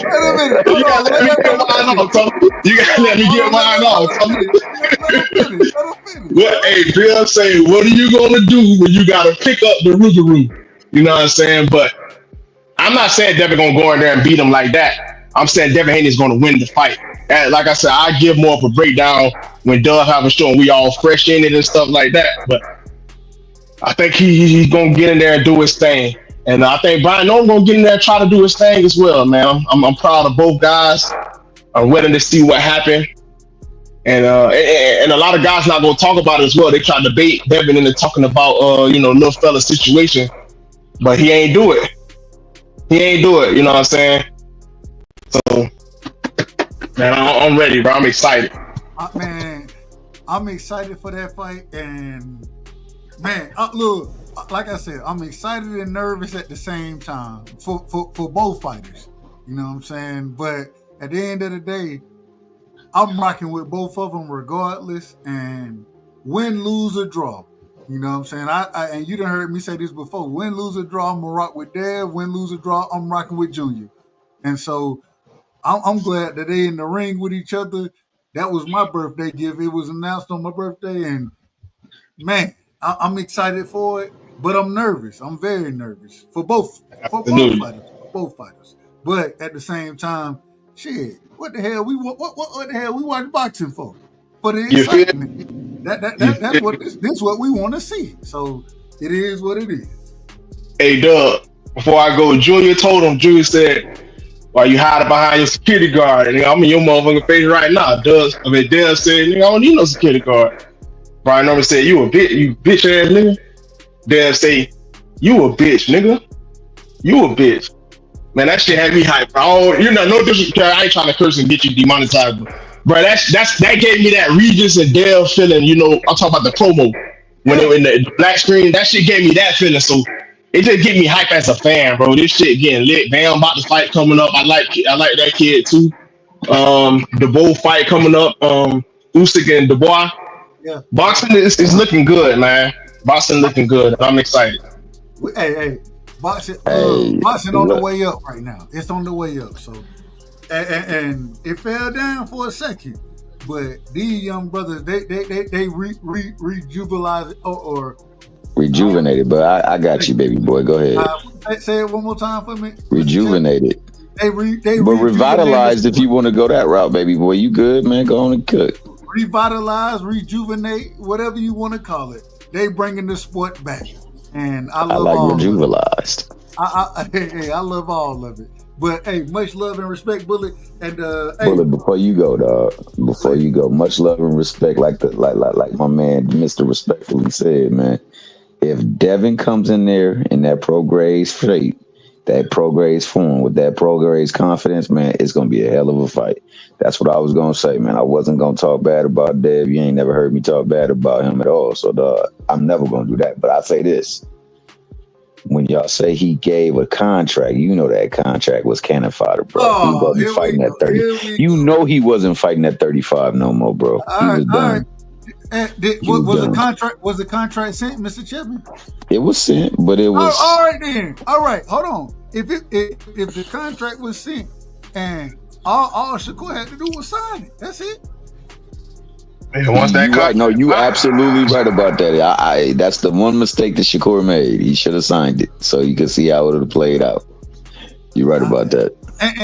But he was done at 35. If y'all go look at my banner right now on my show or on my channel, I got Shakur and Devin up there. I love Shakur as well. You know what I'm saying? So, hey, I'll be just as torn as I am with Devin and Junior. I'll be just as torn with Devin and Shakur. But at the same time, I still want to see it. I want to see it. But at the same time, I feel you on that. I love it. I love all of it. We got to see these fights, bro, for sure. But Bullet, man, salute to you, fam. And salute to my man. You already know what it is. You know, hey, nothing but love and respect, my brother. Hey, Bullet, I got to get you on for an interview as well, man. I got to get you on for an interview because, you my brother. But, hey, do your thing. And shout out to the young ones as well, man. Your youngest. Shout out to your youngest. Absolutely, brother. It's all love. And I see y'all things in the chat. I see everybody in the chat, man. Salute and blessings to all y'all. Straight up. Hey, man, much love and respect, my brother. Much love and respect. All right, let me get Mr. Chipman. We coming to you in a second, but I got Aunt McQueen in the building, man. If y'all don't know, Aunt, real quick, man, let the people know because we shutting it down and it's really final words. But man, we gonna be long-winded around this motherfucker anyway. let the folks know first off where they can find you and what you got going on, because if anybody want to know anything about breaking a damn fight down, you need to go over to and shout out to Ant and Mr. Chapman. They kind of combined there. You know what I'm saying? Kind of combined. It's my esteemed colleague right there. But well, and I say this respectfully. Ant the one who gonna be pointing this shit out. Mr. Chapman, I ain't gonna denigrate Mr. Chapman. No, not denigrate me. Ant McQueen is over there. He's Chuck D. I'm Flavor Flav. Go on and say it, dog. No. Well, wait a minute. Mr. Chapman, we can't denigrate you because every time you come around, you got something great to add to the panel, regardless of where you at. Anytime I hear you cook, you already know I got the bells and whistles belong to Ant McQueen. Go ahead, Ray. You could. But I got the utmost respect for you. So, but Ant Man, same question real quick. First, before I ask anything, let me know, man, or let the people know what you got going on, what you and Mr. Chapman got going on over with. I believe it's well. I'm gonna let you call it out accordingly. I dropped the link right there, Casuals Corner. There we go. Yeah, we just watch fights, take notes, see what we see. Watch training footage, see how things may possibly translate to a fight. Watch media workouts sometimes, see how things may translate to a fight. Because a lot of times we watch people with the media workouts and we just look at the shape, the condition that they're in. Oh, you looking lean, or that dude right there, you might be drained. But sometimes the workouts, they might reveal a little something. Like 2 Cents and I was just talking about Ryan and Dev.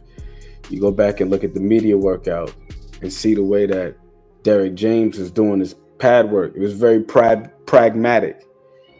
Practical things that I hate Derek James' pad work, bro. It just looked awkward to me. I don't know what it is. I don't know why it looks awkward to me. I don't know. I can't stand watching Derek James and his fighters doing pad work. I can't stand it. It's simulated. That's why it's more of a simulation based on scenarios that may unfold in the ring. Derek James is not going to just stand there and allow his punches, his boxers to throw 10 and 20 plus punches in succession and roll under here and roll under there. Nah, he's going to fire something back. He's going to change the angle. He's going to move here, move there, so on and so forth. Give you the shoulder. He going to give you the shoulder out there, motherfucker. Hey, I love it. Yeah. I see it, but it just looks so awkward to me. Yeah, I think it's because we got so accustomed to seeing the more flashy style of pad work maybe that's that Roger and Floyd popularized. You see them guys standing there and he's looking away from the camera and hitting the pads and doing all of these very nuanced, choreographed pad work routines. But Derek James he's to the point. So a lot of times the things that are going to play out in the fight, or things that he wants to play out in the fight, things that he's working on with his fighters, you're going to see it show up in the pad work. So I got a couple questions for you before I shut this thing down. But let me go ahead and first off, I thought Alicia Baumgartner lost, respectfully. I just seen that come from Bullet in the chat, but that ain't the question I'm asking you. I want to ask you this. Antonio Tarver, he said we should be looking at Shakur Stevenson and we should be comparing him to Sweet Pea and Floyd Mayweather right now. Do you agree with that assessment from Antonio Tarver? I agree with whatever Antonio Tarver wants to say, because that's his opinion. You know, if he feels that way, if he saw something, hey, he's got a right to express what he believed he saw. I thought Shakur Stevenson was fantastic. Regardless of who you want to compare him to, or you just want to look at him as one of one, he is Shakur Stevenson, and Floyd Mayweather is Floyd Mayweather. I thought he put forth a tremendous display of defense. And I got to give William Zepeda his credit for doing his part, because it takes two to tango. You don't get to see that type of defensive display without that type of aggression. Yeah, not just aggression, but activity. Right. Activity.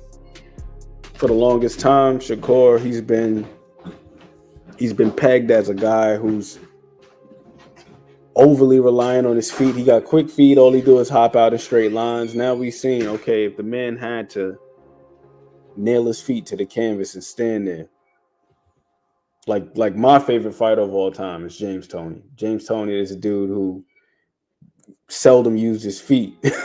Like once he got to a certain point, right? Hey, but great defense. Always a fantastic defensive fighter in James Toney. He fit the cliche to a T. The whole he could fight in the phone booth thing. Yeah. So Shakur, tremendous display of defense. William Zepeda, tremendous display of just will, and that was another thing I really liked about William Zepeda's performance. I got to give him a lot of credit, because you see guys miss shots and then they get discouraged. They stop trying after a while. It happens quite a bit with pressure fighters, where it's like when they can't find their mark, they start to slow down. Now, William Zepeda, he didn't throw his 15-36 like he threw versus Jojo Diaz, but he still threw close to 1,000 punches. So that man was in there to win. I think some of the shots, him getting caught in between shots, Shakur rolling the way he was, utilizing the shoulder roll, and I do think because Shakur fights in the southpaw stance, but William Zepeda does also, I think it kind of lended to Shakur being able to do it a little more than he normally does. But I think a lot of Shakur's sharpness slowed down the work rate of William Zepeda in that fight. I do believe that.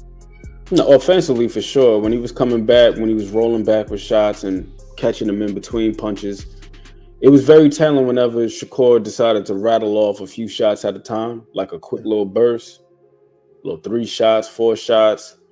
He would freeze going around the high Zepeda. guard, going around the high guard too, hooking around the high guard. He frees him momentarily, but William Zepeda got right back to it. He never got discouraged.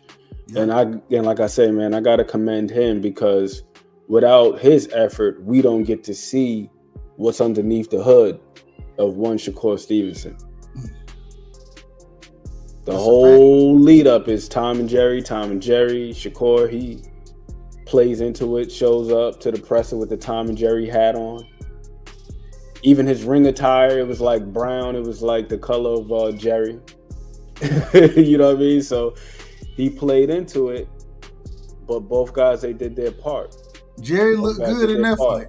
Jerry looked very good in that fight. He looked very good.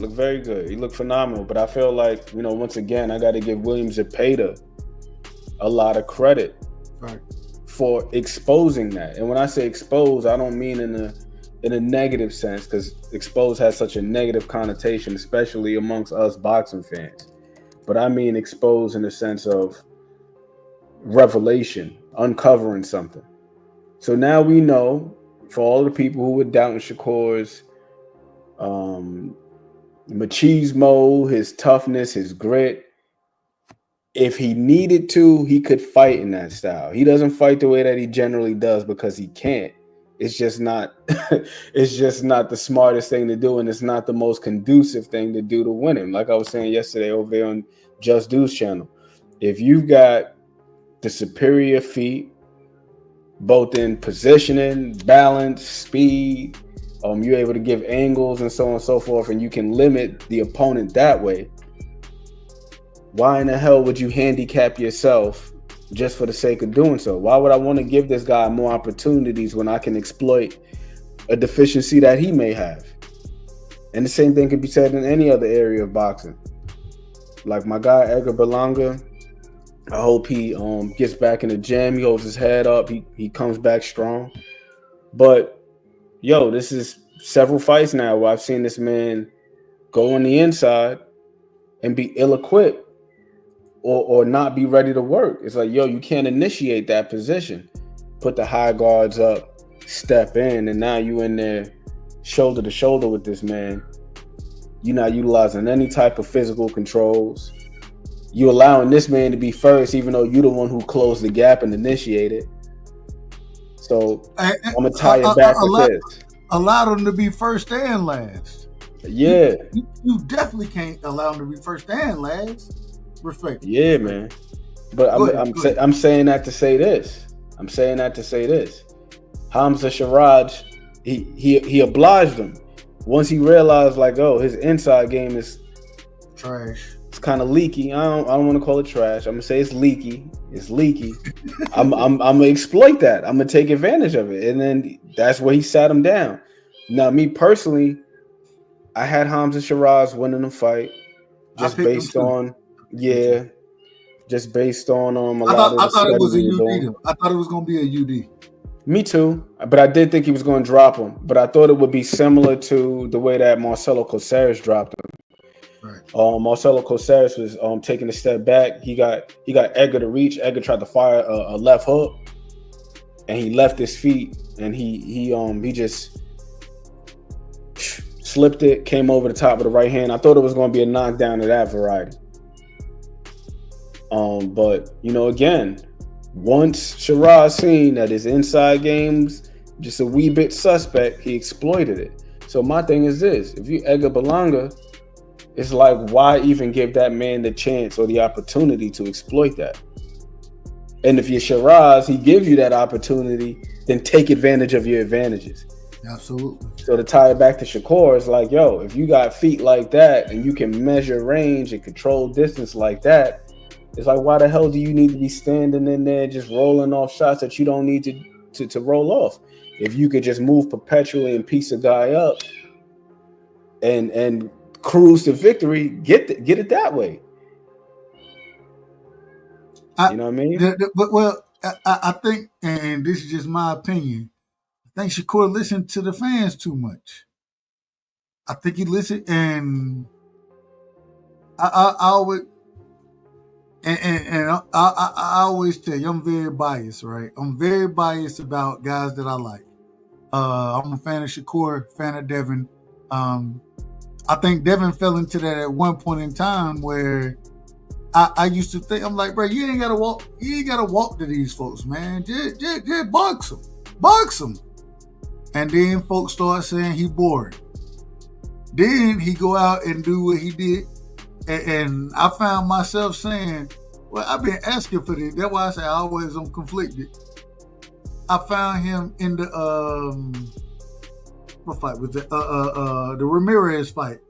I'm like, bro, you ain't gotta move like that, bro. You can box.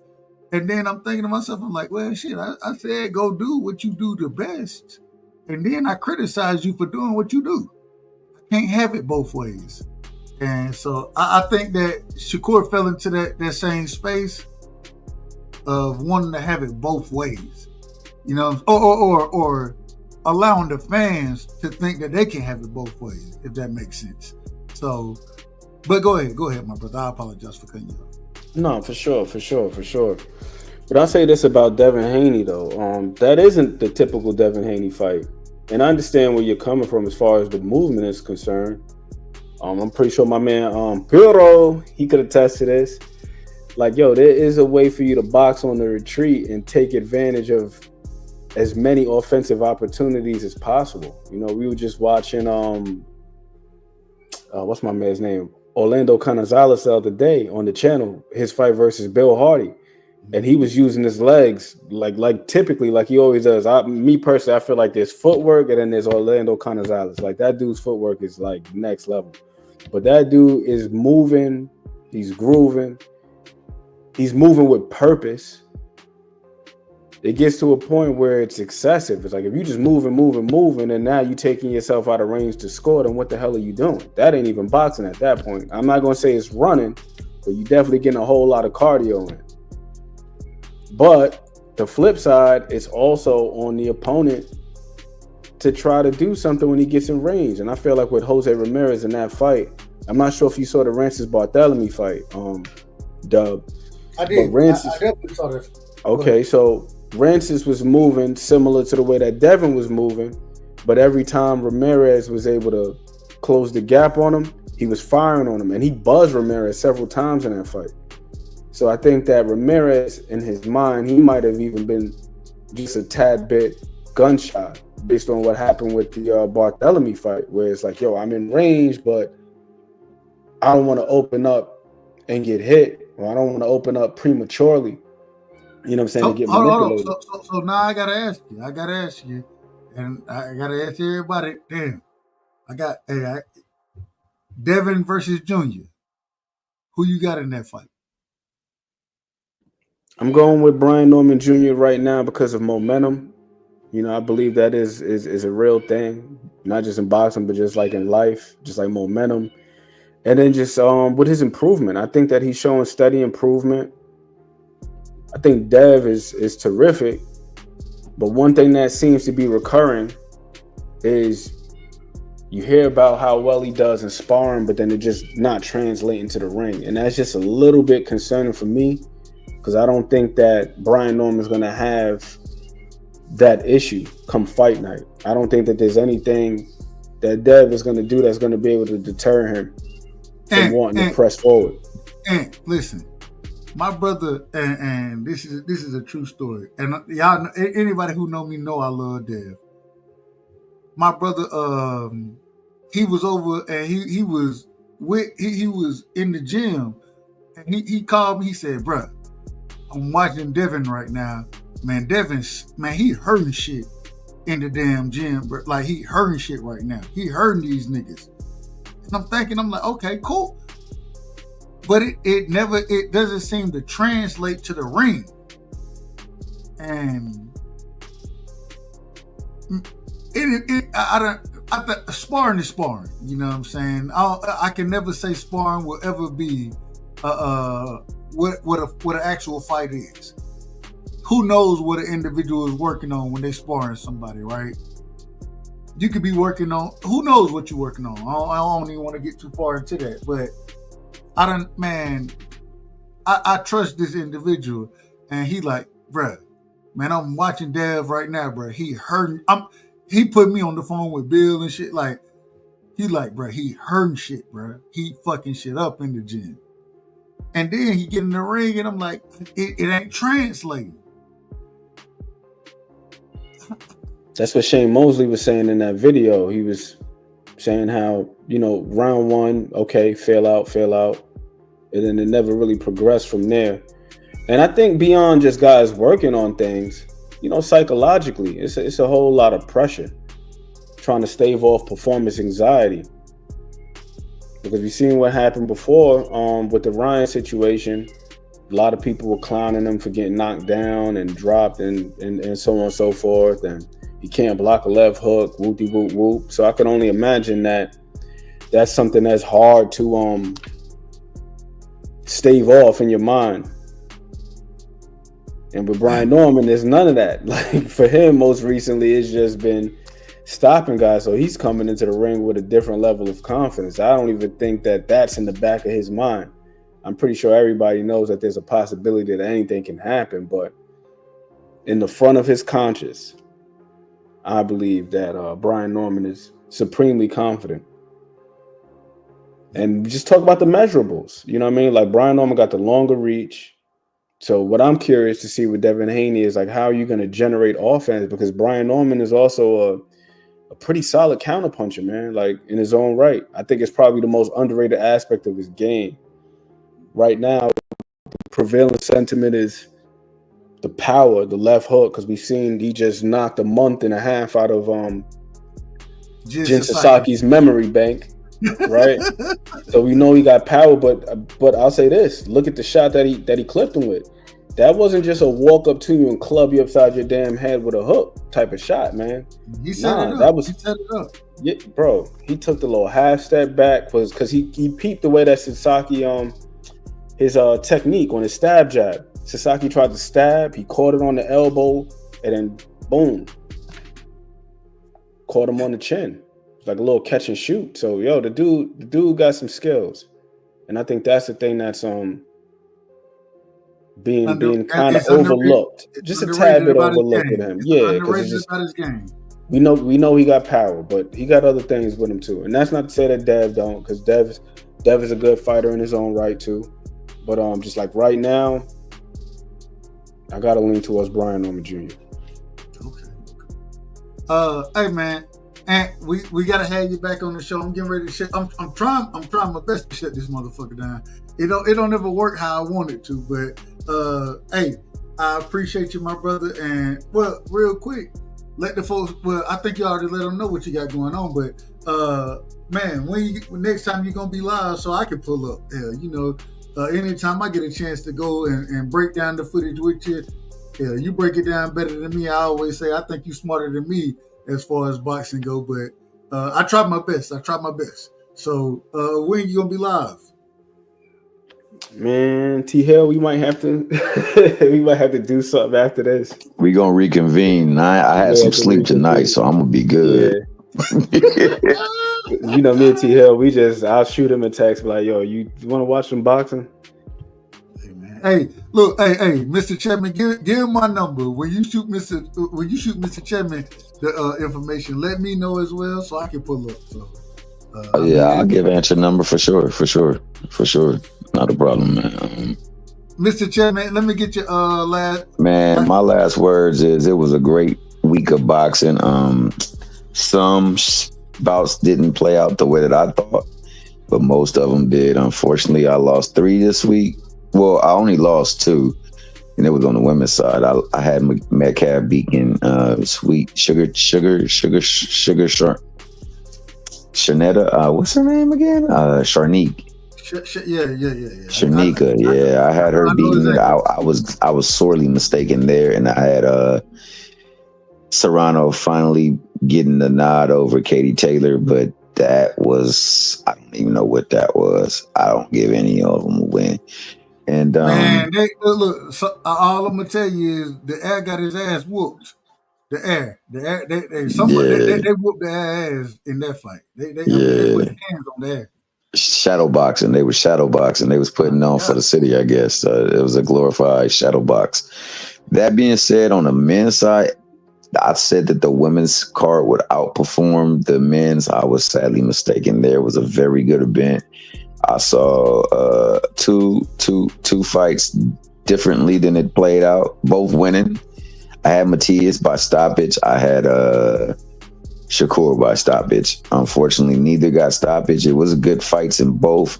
One of them was kind of questionable. People believe that Puello actually won the fight. Kind of thought that since he beat him at his own style, I would have probably edged it to Puello, but not mad that Matias got the victory either, because he did some good work up in there too. He just got to start using that jab a little bit more and stop setting himself there for the getting hit, because otherwise he can do a lot more damage, man. I love the way he uses torque on his punches, because he doesn't have to throw it from deep or from far to generate a lot of torque. But he definitely got to use that jab a lot more. And then also Morrell. I had Morrell winning. I went back and watched that. Go ahead, Mr. Chester. No. I'd like to hear what you was about to say. Go ahead. So I missed it. I missed the majority of the fight. The first time I went back and watched it, Morrell getting dropped. I ain't gonna lie to you, and I'm biased. I'm very biased because what's the brother name? I can't say it. I say it was Kataev. Kataev. Thank you. He a drug cheat, anyways. The man wasn't supposed to be able to fight. The man's supposed to be suspended from June 20. The latter part of June of 2025 to the latter part of June 2027. Whatever happened. I don't know exactly. It is what it is. But the man a drug cheat, and Morrell still took the fight. But if I'm just looking at that fight, I will say that, man, Morrell, I think he thought it was going to be a much easier task than it was. And I thought it was a close fight. I thought it was a really close fight. I didn't have a problem with the majority decision, but at the same time, the way I scored it, including the knockdown, I thought that say the brother name again. Kachaev. Thank you. I thought that I gave him the victory in that fight. I thought that he won the fight. Hey, fair enough, man. There's a lot of people who felt that way. I mean, all in all, you know, I'll say this: we definitely got to start putting the dang commentary to a certain standard too, because it was too much party favoring going on, man, and the commentating. But you know, it's to be expected a lot, but that seemed to be a little bit over excessive. It reminded me of the Atlantis Fox. Damn, what's old boy name? Romero. No, the Atlantis Fox fight. Not Atlantis Fox. Michael Fox. Michael Fox. Michael versus what's his name? I know exactly who you're talking about. Shit. Yeah, man, that was ridiculous, man. They were glazing the hell out. He won that fight. He won the fight. He actually won the fight, but they said he did nothing in the ring, man. He controlled the ring the whole time. He dictated the pace of the fight, everything. But I listen to all these fights. I turn the volume off when I'm listening, and most of the time, if I get a chance, I'm trying to call it. So I don't listen to the commentators. Me personally. And I know you trying to go, and I know Coach Eddie came up here, and I've already talked. So what I'm gonna say, man, is looking forward to the. Yeah, for sure, because that's ATL, dog. So we got to make sure ATL. That's Georgia in the house. So we gonna make sure that we gonna conclude this with Warner Robins and ATL doing what they do for the great state of Georgia, man. You guys have a wonderful day. Bless up. My man Ant McQueen and I, we shall be going on, man, at the Casuals Corners. You're all is welcome. So Glow, you definitely can come through, man. We could discuss that question over there as well, too, as we break down that film, because the film don't lie. More times than not. Before you go, you know, I always got to tell you, I appreciate you. And, man, you know what it is. Anytime I need somebody to talk to, if I'm out of order, you know what I'm saying, I can reach out to my brother, Mr. Chapman. And Mr. Chapman, he hold it down in a very respectful way. So, man, much love and respect to you, Mr. Chapman. Yeah, Sir, he Boachuk. That was it. And put it up in the chat. Boachuk, man. Fox versus Boachuk, man. I thought Fox was robbed. Nah, I fully thought that was a robbery. But much love and respect. Appreciate you. Much love to you, Dub Rightside, because you know what? If you ain't rocking with my man Dub Rightside, Mr. Respectfully, you on the wrong side. Wrong side. Hey. And that's just the bottom line. So you be easy, man. And hey, happy birth month to you, baby boy. Birth month. Appreciate you, Mr. Chapman. Much love and respect as always. You know what it is. Shout out Coach Eddie, man. Solid individual. Yes, hold on, wait a minute. I gotta get Coach Eddie the introduction right there. You know what I'm saying? We got the great. Hold on, man. Let me do this. Nah, don't do me like that, man. No, we gotta do it. We gotta do it because I don't get a lot of, and I say this respectfully. I don't get a lot of individuals. I don't get a lot of individuals from the great state of Georgia in here. You know what I'm saying? And so, Coach, we gonna give you the respect and the love because you my Georgia brother. You know what I'm saying? Yes, sir. And so at the end of the day, we gotta stick together. It ain't a lot of us out here on YouTube. So when I get my Georgia brother up here, it's a tad bit different. It's just a tad bit different. So man, shout out to my brother Coach Eddie, man. Y'all make sure y'all go show that brother love. The man, he's boxed before, you know what I'm saying? Shared the ring with a few of the greats, you know what I'm saying? Especially, I believe, correct me if I'm wrong, Columbus, Georgia. I don't want to speak too much on it, but Coach Eddie, man, welcome to the show. And man, give me your opening and closing. Take your time, though. Take your time. Be long, as long-winded as you want to, because that's what we do around here. Okay, man. I appreciate that introduction, man. I was listening to the show, just enjoying you brothers cook and break down a perspective. Sometimes I just like to sit back and listen, man. But Man, great weekend of fights this weekend. I think Friday, I believe the best fight on that card was the Today's Green Marshall fight on the women's card. I'm gonna say they stole the show. In my opinion, that was a good scrap right there. Of course, the main event, it didn't really live up to the expectations, but I knew from the round one, I said these girls gonna box tonight because I don't think neither one on one to go through that type of fight again. Like to have two wars, with the same individual, both of them lumped up, cut up, bumps and bruises. You know what I'm saying? It was a hard fight. Butts included. Yeah, exactly. All that stuff, man. So I said they coming for their money tonight. They ain't finna put on like that tonight. And I was right. I seen the first 2 rounds. This is what it's gonna be for the entire fight. Like I say, when Serrano should need to start wearing basketball shoes to the ring. You know what I'm saying? That's why she can't move feet. Coming in the ring, doggone Jordan and stuff. You need to get some boxing shoes. Yeah, she had the one. I think she had ones on. I think those were the ones she had on. Yep. Then last time she had the other Jordans on, the one that with the cockade. I don't know what exactly ones they were, but it kind of the one that's real shiny. She had them Jordans on. Yeah. Yep. I mean, real basketball shoes, not no boxing shoes made in the Jordan. She had on real basketball shoes. That ain't gonna work. But I'm gonna get back to Saturday night, man. I enjoyed the fights, man. Really enjoyed the fight. I thought my man Prelo, I thought he pulled it off.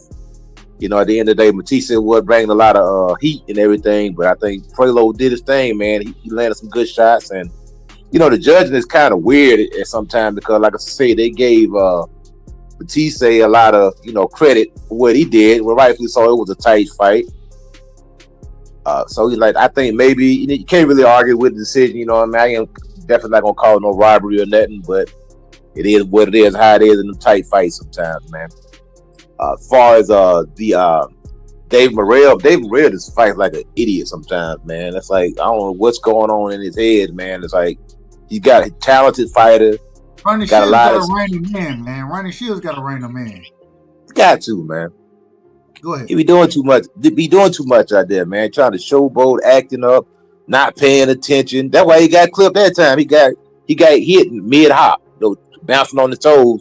Thinking the ring, the round was coming to an end, which it was. He let his guard down. Knowing that the round was coming to an end, and he got clipped right there, like 3 or 4 seconds left. Who you thought won that fight? I thought Katayev. I thought he won the fight. You know what? In a 10-round fight, I can't really even argue with you, man. I can't argue with you, brother. To be honest, man. I think, like I said, I think the politics came to play the part. They like, look, this dude is basically on a freaking suspension. We can't do that with him anyway, man. You know what I'm saying? So Morrell, he got a gift, and all fighters do get gifts throughout their career. You know what I'm saying? So that was a gift for him. He need to take that gift and he need to learn from it. Because that fight could have easily went the other way, but they didn't really have no financial incentive to get the fight to the other guy. No. You know what I'm saying? So like, screw him. He a drug cheat anyway. He's suspended. We can't do that with him. So it is what it is. I was shocked that they even allowed the fight to happen. Like they had to go through some. They had to jump through some loops to make that fight happen. You know what I'm saying? But it is what it is.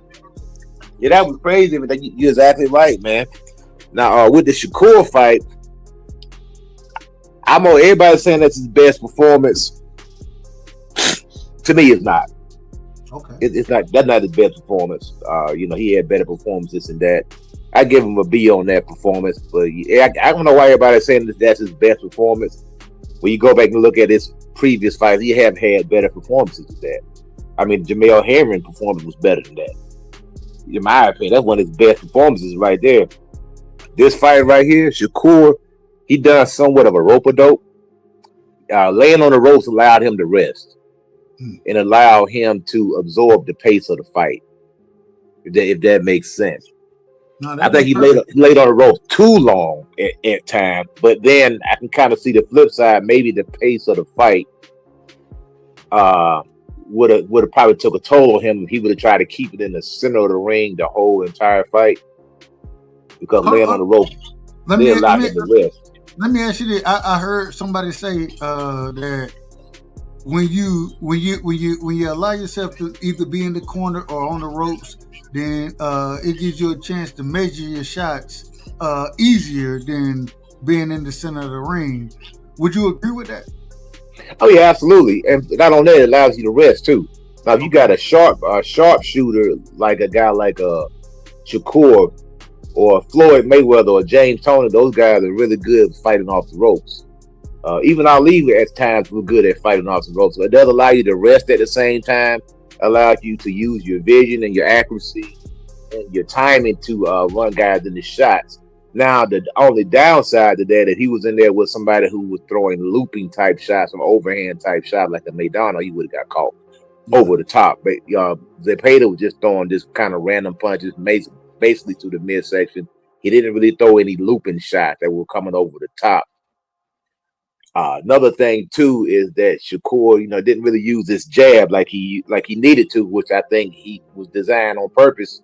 Basically, laying on the ropes is kind of letting Zepeda, take some of the steam off the shots, man. Pretty much, and letting Zepeda kind of wear himself out a little bit, somewhat of a rope-a-dope. Let the man punch himself out. Then when Shakur felt the power start to dwindle, then that's when Shakur started stepping to him, trying to get him out of there.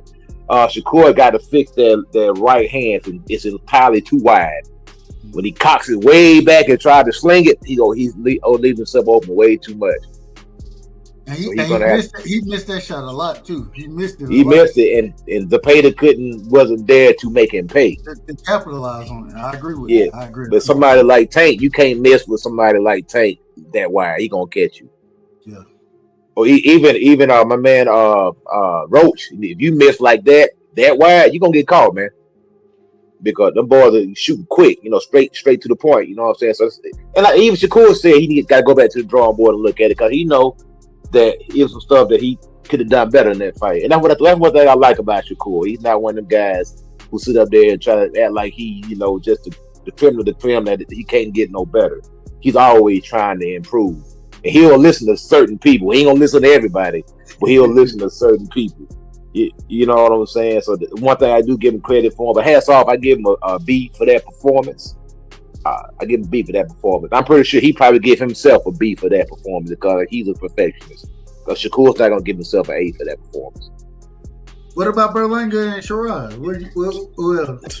Did you see it happening? Did you see it? I already knew it was gonna happen. Yep, I've been spamming chats the whole week. I've been every podcast I've been on, been saying, "Hey, look, man, Sherrod's gonna put this boy to sleep or TKO." I already knew what time it was. Berlanga seemed like he was intimidated. In my opinion, he tried to hide the intimidation with bravado. Trying to act like he's tough, trying to overcompensate. But I just seen in his eyes which how Sherrod was just looking at him like he was looking through this dude. I said, I know that look. You know what I'm saying? Yeah. It's cool, calm, collective. Let this dude do all the talking he want. But come fight night, it's over with for this guy. And that's what I seen with Sherrod. And not only that, just a technical ability. That Sherrod was just he's a better fighter than Berlanga. And then he just came off a fight with Carlos Adames, and Carlos Adames is a much better fighter than Edgar Berlanga. Much better. I love watching Adames fight, respectfully. Yes, sir. Much better fighter than Berlanga. He was a lot harder to hit. Berlanga's was too easy to hit. And I always knew Berlanga always had defensive holes in his game. And it was just a matter of time, man. And let's say he did him bad. And, he really should thank that referee. Because that referee, if that referee wouldn't have stepped in on that third knockdown, Berlanga, he was going to go out on the stretcher, man. I'm not laughing, but I'm laughing. Yeah, he was going to get put on the stretcher. If he would let him get up that third time and let him keep going, they would have had to call stretcher in for that dude, man. Hey, the ref said, I done seen enough, man. I done seen enough. Yeah, he done seen enough, man. But I ain't gonna take up too much. Hold on. I gotta ask you.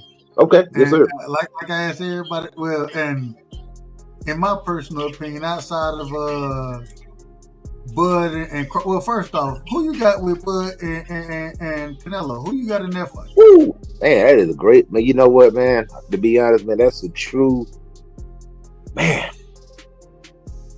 I'm gonna say like 55-45, 52-48 type of fight, man. For who? Yeah, I'm gonna say Bud, but Bud gonna have to use it. He gonna have to use his head. You know, boxing good. You know, use his strategy. You know what I'm saying? And I think Bud gonna be able to get the job done, but he's still gonna have to be careful. You know, try not to give no hitting big shots and nothing like that, man. It's funny. I've been listening to a lot of folks, and when they seen Bud, and you know, Bud was in Shakur corner the other night, but a lot of folks they like, man, Bud looking stacked right now. You know, he looking stacked, goddamn motherfucker. I ain't mad at it. You got to do that. You know what I'm saying, when you're moving up to 68, but that's a tough fight. That's a tough ass fight. Yeah, he should be able to get the job done. The biggest thing is that's with boxing, period, man. You just can't allow yourself to get hurt, man. You know what I'm saying? That's the biggest thing, and that goes for any fight. As long as he don't get hurt in the fight, his chances of winning are great, man. You know what I'm saying? When people get hurt, that's when your chances go way down. You know what I'm saying? Because you start getting hurt. You know, so long as Bud don't get hurt, he gonna win that. He gonna win that bout. You know, pretty. I ain't gonna say comfortably. It's gonna be a competitive match, but I see Bud winning the fight. You know, as long as he don't get hurt, he get hit with no big shots, man. Now the thing is, now styles make fights. Now I seen Bud though. Bud is a student. Bud was over there looking at Shiraz, watching him fight. Now that's a fight. That's not a good fight for Bud. You know, just not off the skill level, just off the size. But it's too big, man. Bud, you know what I'm saying? Bud said himself, and that's why I think this fight is so interesting. Yeah. I remember a time of Bud saying, "Hey, it's weight classes for a reason." You know what I'm saying? Right. And that's why I think this is a very interesting fight to me. I ain't gonna lie to you. I'm rooting for Bud. Yep. I'm rooting for Bud. But man, with the chin Canelo got, and I think that Bud gonna have to sit down and fight sometimes. I don't know if he really want to sit there and. I don't think he can. Let me rephrase that. I don't think he can just sit there and fight with Canelo, if that makes sense. So, man, you're gonna have to. But that ring generalship, controlling range, distance. Don't find your. As long as you don't find your damn back on the ropes, man, I think Bud got a good chance. But yeah, I think Bud. Go ahead, man, bro. I'm sorry. Last point. I think, man, Bud mentality. From everything when I watch it, man, you hit Bud, man, he want his lick back. You know what I'm saying? And that was good at one point in time. I don't think that's good in this fight. Do not allow. Don't get into that mindset of getting your lick back. You know what I'm saying? Get into the mindset of, all right, I got hit. I'm good. I'm about to box his ass. He gonna have to box. I don't think he can go in there and fight. I think he got to go in there and box. And Bud liked to fight. And that's one of the things I love about Bud. He liked to fight. But even with EJ, I thought I picked EJ to win the fight. Man, Bud went in there strategically and said, all right, you going to jab, I'm going to jab. And my jab, when I land mine, it's going to be a tad bit more. With him having the longer arm reach, I think he can go in there and do that with Canelo. Man, I think that's going to be a hell of a fight, man. I think it's going to be a hell of a fight. Yeah, it should be a good fight. Only thing with Canelo, he don't get hit with clean punches that well. I mean, that many times. He keeps a high guard. And he rarely gets hit with combinations, like 3-4 punches back to back to back. So that's the only thing is Bud gonna be able to hit him with something clean. Now, if he hit him with something clean, he could do some damage. May not be able to knock him out, but he could do some damage. You know what I'm saying? So that's gonna be the main thing. Is Bud can land those clean shots that don't have, clean right on the button. Those type of shots, those are the type of shots that he needs to land. He don't need to be hitting no elbows, no gloves, and that like that, because that ain't gonna do no damage. Yeah, he got to land clean shots. And like I said, I think Bud liked the matchup because of the size of Canelo, him only being 5'7", 5'8". Right. If he don't want to see, like even though he's a better fighter than Belinga, I mean, I'm sorry, Bud is a better fighter than Hamza Shiraz, but the matchup is not a good matchup for Bud because the boy Shiraz is too big. You know, he's just too long, too tall, and that's going to be a lot of trouble for Bud if he got to fight somebody like that. That's why he said he wouldn't fight David Benavidez. He said unequivocally, he said, "No, I'm not fighting David." He said David is too big, but the Canelo fight makes sense because that's somebody he can deal with. You know, he won't go up there and be trying to fight no David Morrell or no David Benavidez or no Hamza Shiraz. Hell, he even said too big. When it came to what's the Tower Inferno, yeah, he was like, man, this nigga, this very respectfully, this brother is what 6'7". Cheat code. Yeah, he a cheat code. He a cheat code. Hey, he another thing. And exactly. In height and reach, if somebody's good at it, he's gonna give you trouble, man. Somebody tall and he's gonna give anybody trouble. But yeah, but I'm gonna go ahead and let the other brother go, man. Man, I appreciate you for letting me cook for a little bit, man. I got one last question for you. Okay. Yes, sir. Devin Haney versus Brian Norman Jr. Oh, man, you already know, man. You know I'm going with the home team. Norman, man, all day. Shout out to the A, man. Shout out to Georgia, man. Real quick, stop it. How you see that fight playing out? If you had to break it down. If I got to break this fight down, I'm gonna go with TKO. Maybe not a cold knockout, but a TKO. You know, one thing about like only right I got with Devin, man. Devin just try to act like he just this goddamn god of boxing, man. Like, bro, the way this dude be talking, man.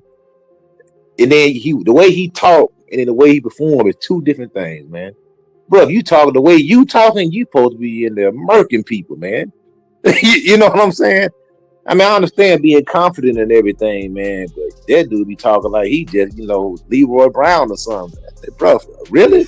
You know what I'm saying? He's so dismissive of his opponent sometimes, which I can understand you being, dismissive of some of them other guys, but he always point to Lomachenko. Lomachenko is nowhere, it's not Brian Norman Jr. Yeah, Lomachenko may have a different skill set than Brian Norman, but you're talking about a guy who started his career off at 126 pounds that moved up to 135. Those two different fighters, man. This is a much harder fight than a Lomachenko fight. You talking about a guy that you was way bigger than, that's shorter than you. You had to reach the side. You had every advantage over this guy, maybe other than experience. So this Brian, don't point to that. People like to point to the Lomachenko fight in the Regis Prograis fight. Regis Prograis was a diminished Regis Prograis.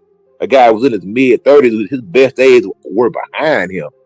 You fighting a young guy that's 23, 24 years old, got power in both hands, who's very confident, who's very skilled, who's more than just a puncher, a guy who can do a lot of things in that boxing ring. And he's gonna have trouble. He's gonna find out really quick what Brian Norman Jr. is all about, man. It looked one way on paper, it looked one way when you watching the video, but when you get in there with the guy, he gonna see, he gonna feel it, and he gonna be like, dang.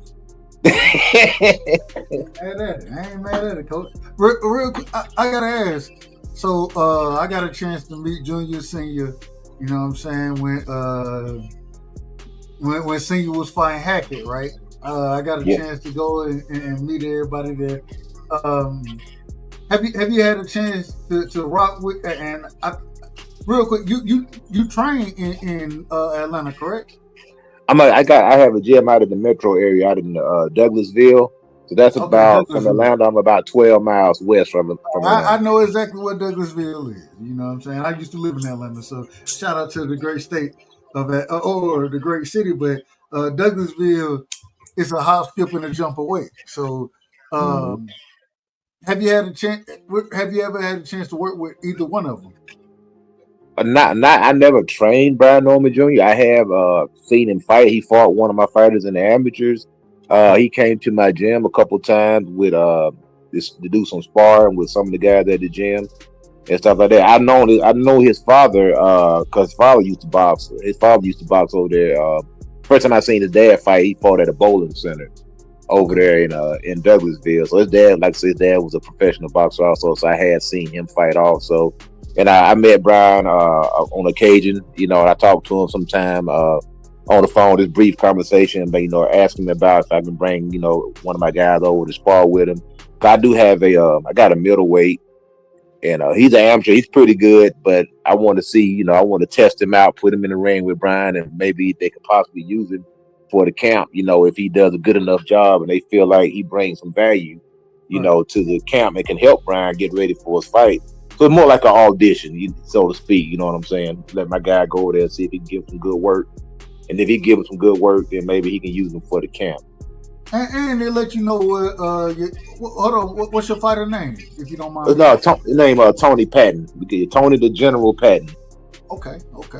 So yeah, he an amateur. He up and coming, but he's a good little kid. He can fight, man. He's like 21 years old, so he can fight, man. So like I said, we got to make connections in this game, man.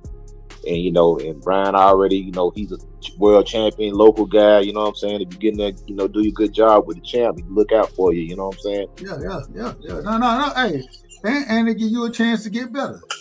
That's right, exactly. They give you a chance to get better. So that's a great thing right there, man. Coach Eddie, man, I appreciate your energy, your time. Oh yeah, thank you, brother. Yes, sir. And man, we gotta have you back on the show, man. We gotta talk, and we love boxing around here, and so I gotta get your information so we get an opportunity to chop it up again, man. We definitely gotta do it. Yes, sir. Like I said, you can Google me. You can call me direct, man. Just Google me, Douglasville Boxing, man. My phone number pop right up, brother. All right. Just Google me, man. Yes, sir. When you get a call from 478, I'm a country nigga from Warner Robins, so I'm from Macon. Well, my hometown, Macon, Georgia. So you right around the corner then. You right around the corner. Yeah, the Mac town. Yes, sir.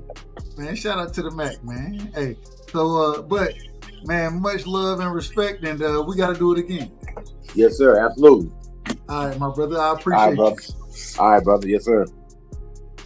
Man, we had a hell of a show tonight. I'm so used to being live at night. I gotta realize, man, it's the middle of the day. I'm so used to saying, man, we had a hell of a show tonight. But it's been a hell of a show. And man, shout out to everybody who pulled up, man. I appreciate all y'all brothers, you know what I'm saying? My brother Bullet, my brother Thomas Hill, Mr. Chairman, as I like to call him, Aunt McQueen, D Free, prize fighter, you know what I'm saying? If I miss y'all, I apologize. Hey, Piro, where you been, brother? Piro, come back, man. Hey, that's my brother right there, Piro, man. Man, all y'all, man. I ain't got nothing but love and respect for y'all. And at the end of the day, I think everybody understand, man, I just love the sport. You know what I'm saying? And the reason we all vibe and rock with each other because we all love the sport. You know what I'm saying? So it's gonna be a good time. We got some good fights coming. We had a great card, 2 great cards this weekend. You know what I'm saying? I don't know if the Pro Box card. Y'all got to go back and watch the Pro Box card. That was a fantastic card in itself. You know what I'm saying? Go back and watch that Pro Box card because you had some fighters over there, up and coming individuals that, in my personal opinion, have a chance to be something special. You know what I'm saying? So, man, just thank y'all for rocking with me, and man. And let's do it, man. Fuck this. No, man, y'all, fuck it, man. Let me go ahead. When you have individuals, right, like Aunt McQueen, they don't know who Aunt McQueen is sometimes, right? And they be like, man, this fucking, man, get what I be thinking. Get what I be thinking right here. The fucking nobody? That fucking nobody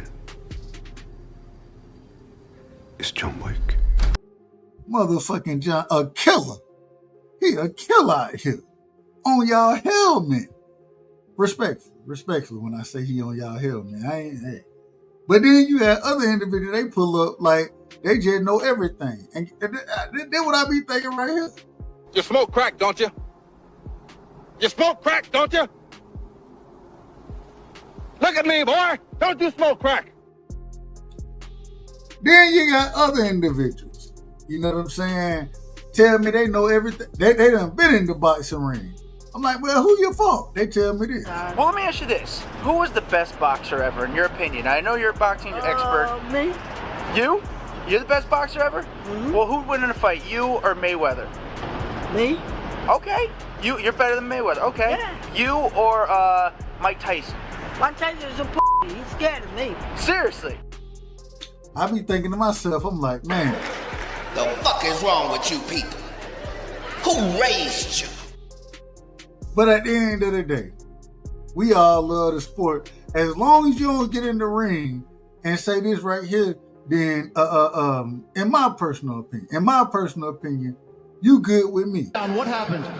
I just got my hair done 2 days ago and she put grease in my shit, so the shit was like, you know, like when you sweating and things like that and the grease come in my face, it burnt my eyes type shit. Damn, why y'all booing like I'm saying bullshit? Like, this is real facts. But we room for the brother. We room for Tank Davis.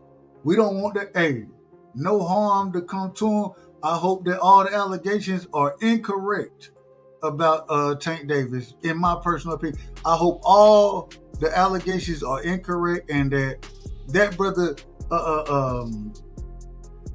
he's been falsely accused one time. I hope that he's falsely accused this time. But if it's true, we just gonna have to call a spade a spade. This is outrageous.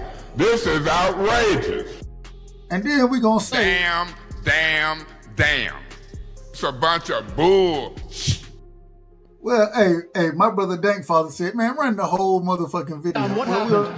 I just got my hair done 2 days ago and she put grease in my shit, so the shit was like, you know, like when you sweating and things like that and the grease come in my face, it burnt my eyes type shit. Damn, why y'all booing like I'm saying bullshit? Like, this is real facts.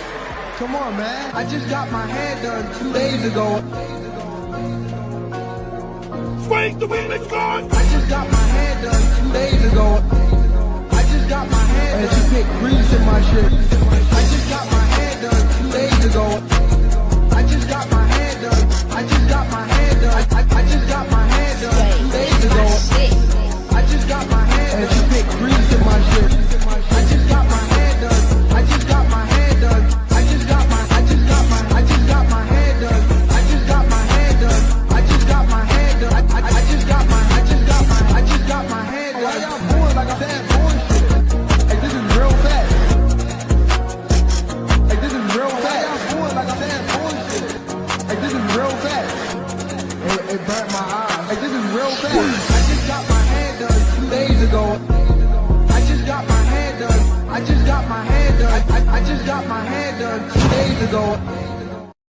Shout out to my brother Dankfather. Dank said, man, hey, don't play half of it, play all of it. But when they come over here, a lot of folks, I be thinking to myself, and not everybody, but sometimes I be thinking to myself, I'm like, well, I say more people don't know shit about boxing, they don't. Man, they don't know shit about boxing. Some of it, but a lot of y'all, man, that's why y'all pull up, because y'all know a lot about boxing. And people, hey, at the end of the day, man, you ain't got to know everything about anything. But as long as you come up and give a great opinion, then I'm going to rock with you. Y'all, like I said, man, y'all make sure y'all go check out, and well, real quick, they said Shakur. I got to say this. I do have to say this. Because they told me that Shakur was going to be... He's scared of you. He ain't trying to fight, but he running. You got to fight a motherfucker, you want to hold on that title. You got to fight a motherfucker, and that's what Shakur went out there and did. But at the end of the day, man, when y'all over here, you're rocking with the right side, and we out for the for today, and we're gonna be live tonight, man. We definitely gonna be live tonight. So just know when you're over here, man, you're rocking on the right side. Bud Crawford is a fight fan, and he's a fight fan's fighter. Ennis Express is a runaway train. Ain't no pressure when you built for this. Man down! Round one! The true perks!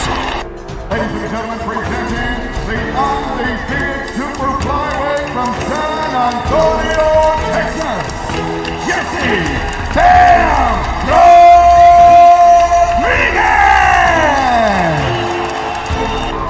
The universally recognized undisputed lightweight champion of the world, Devin the Prince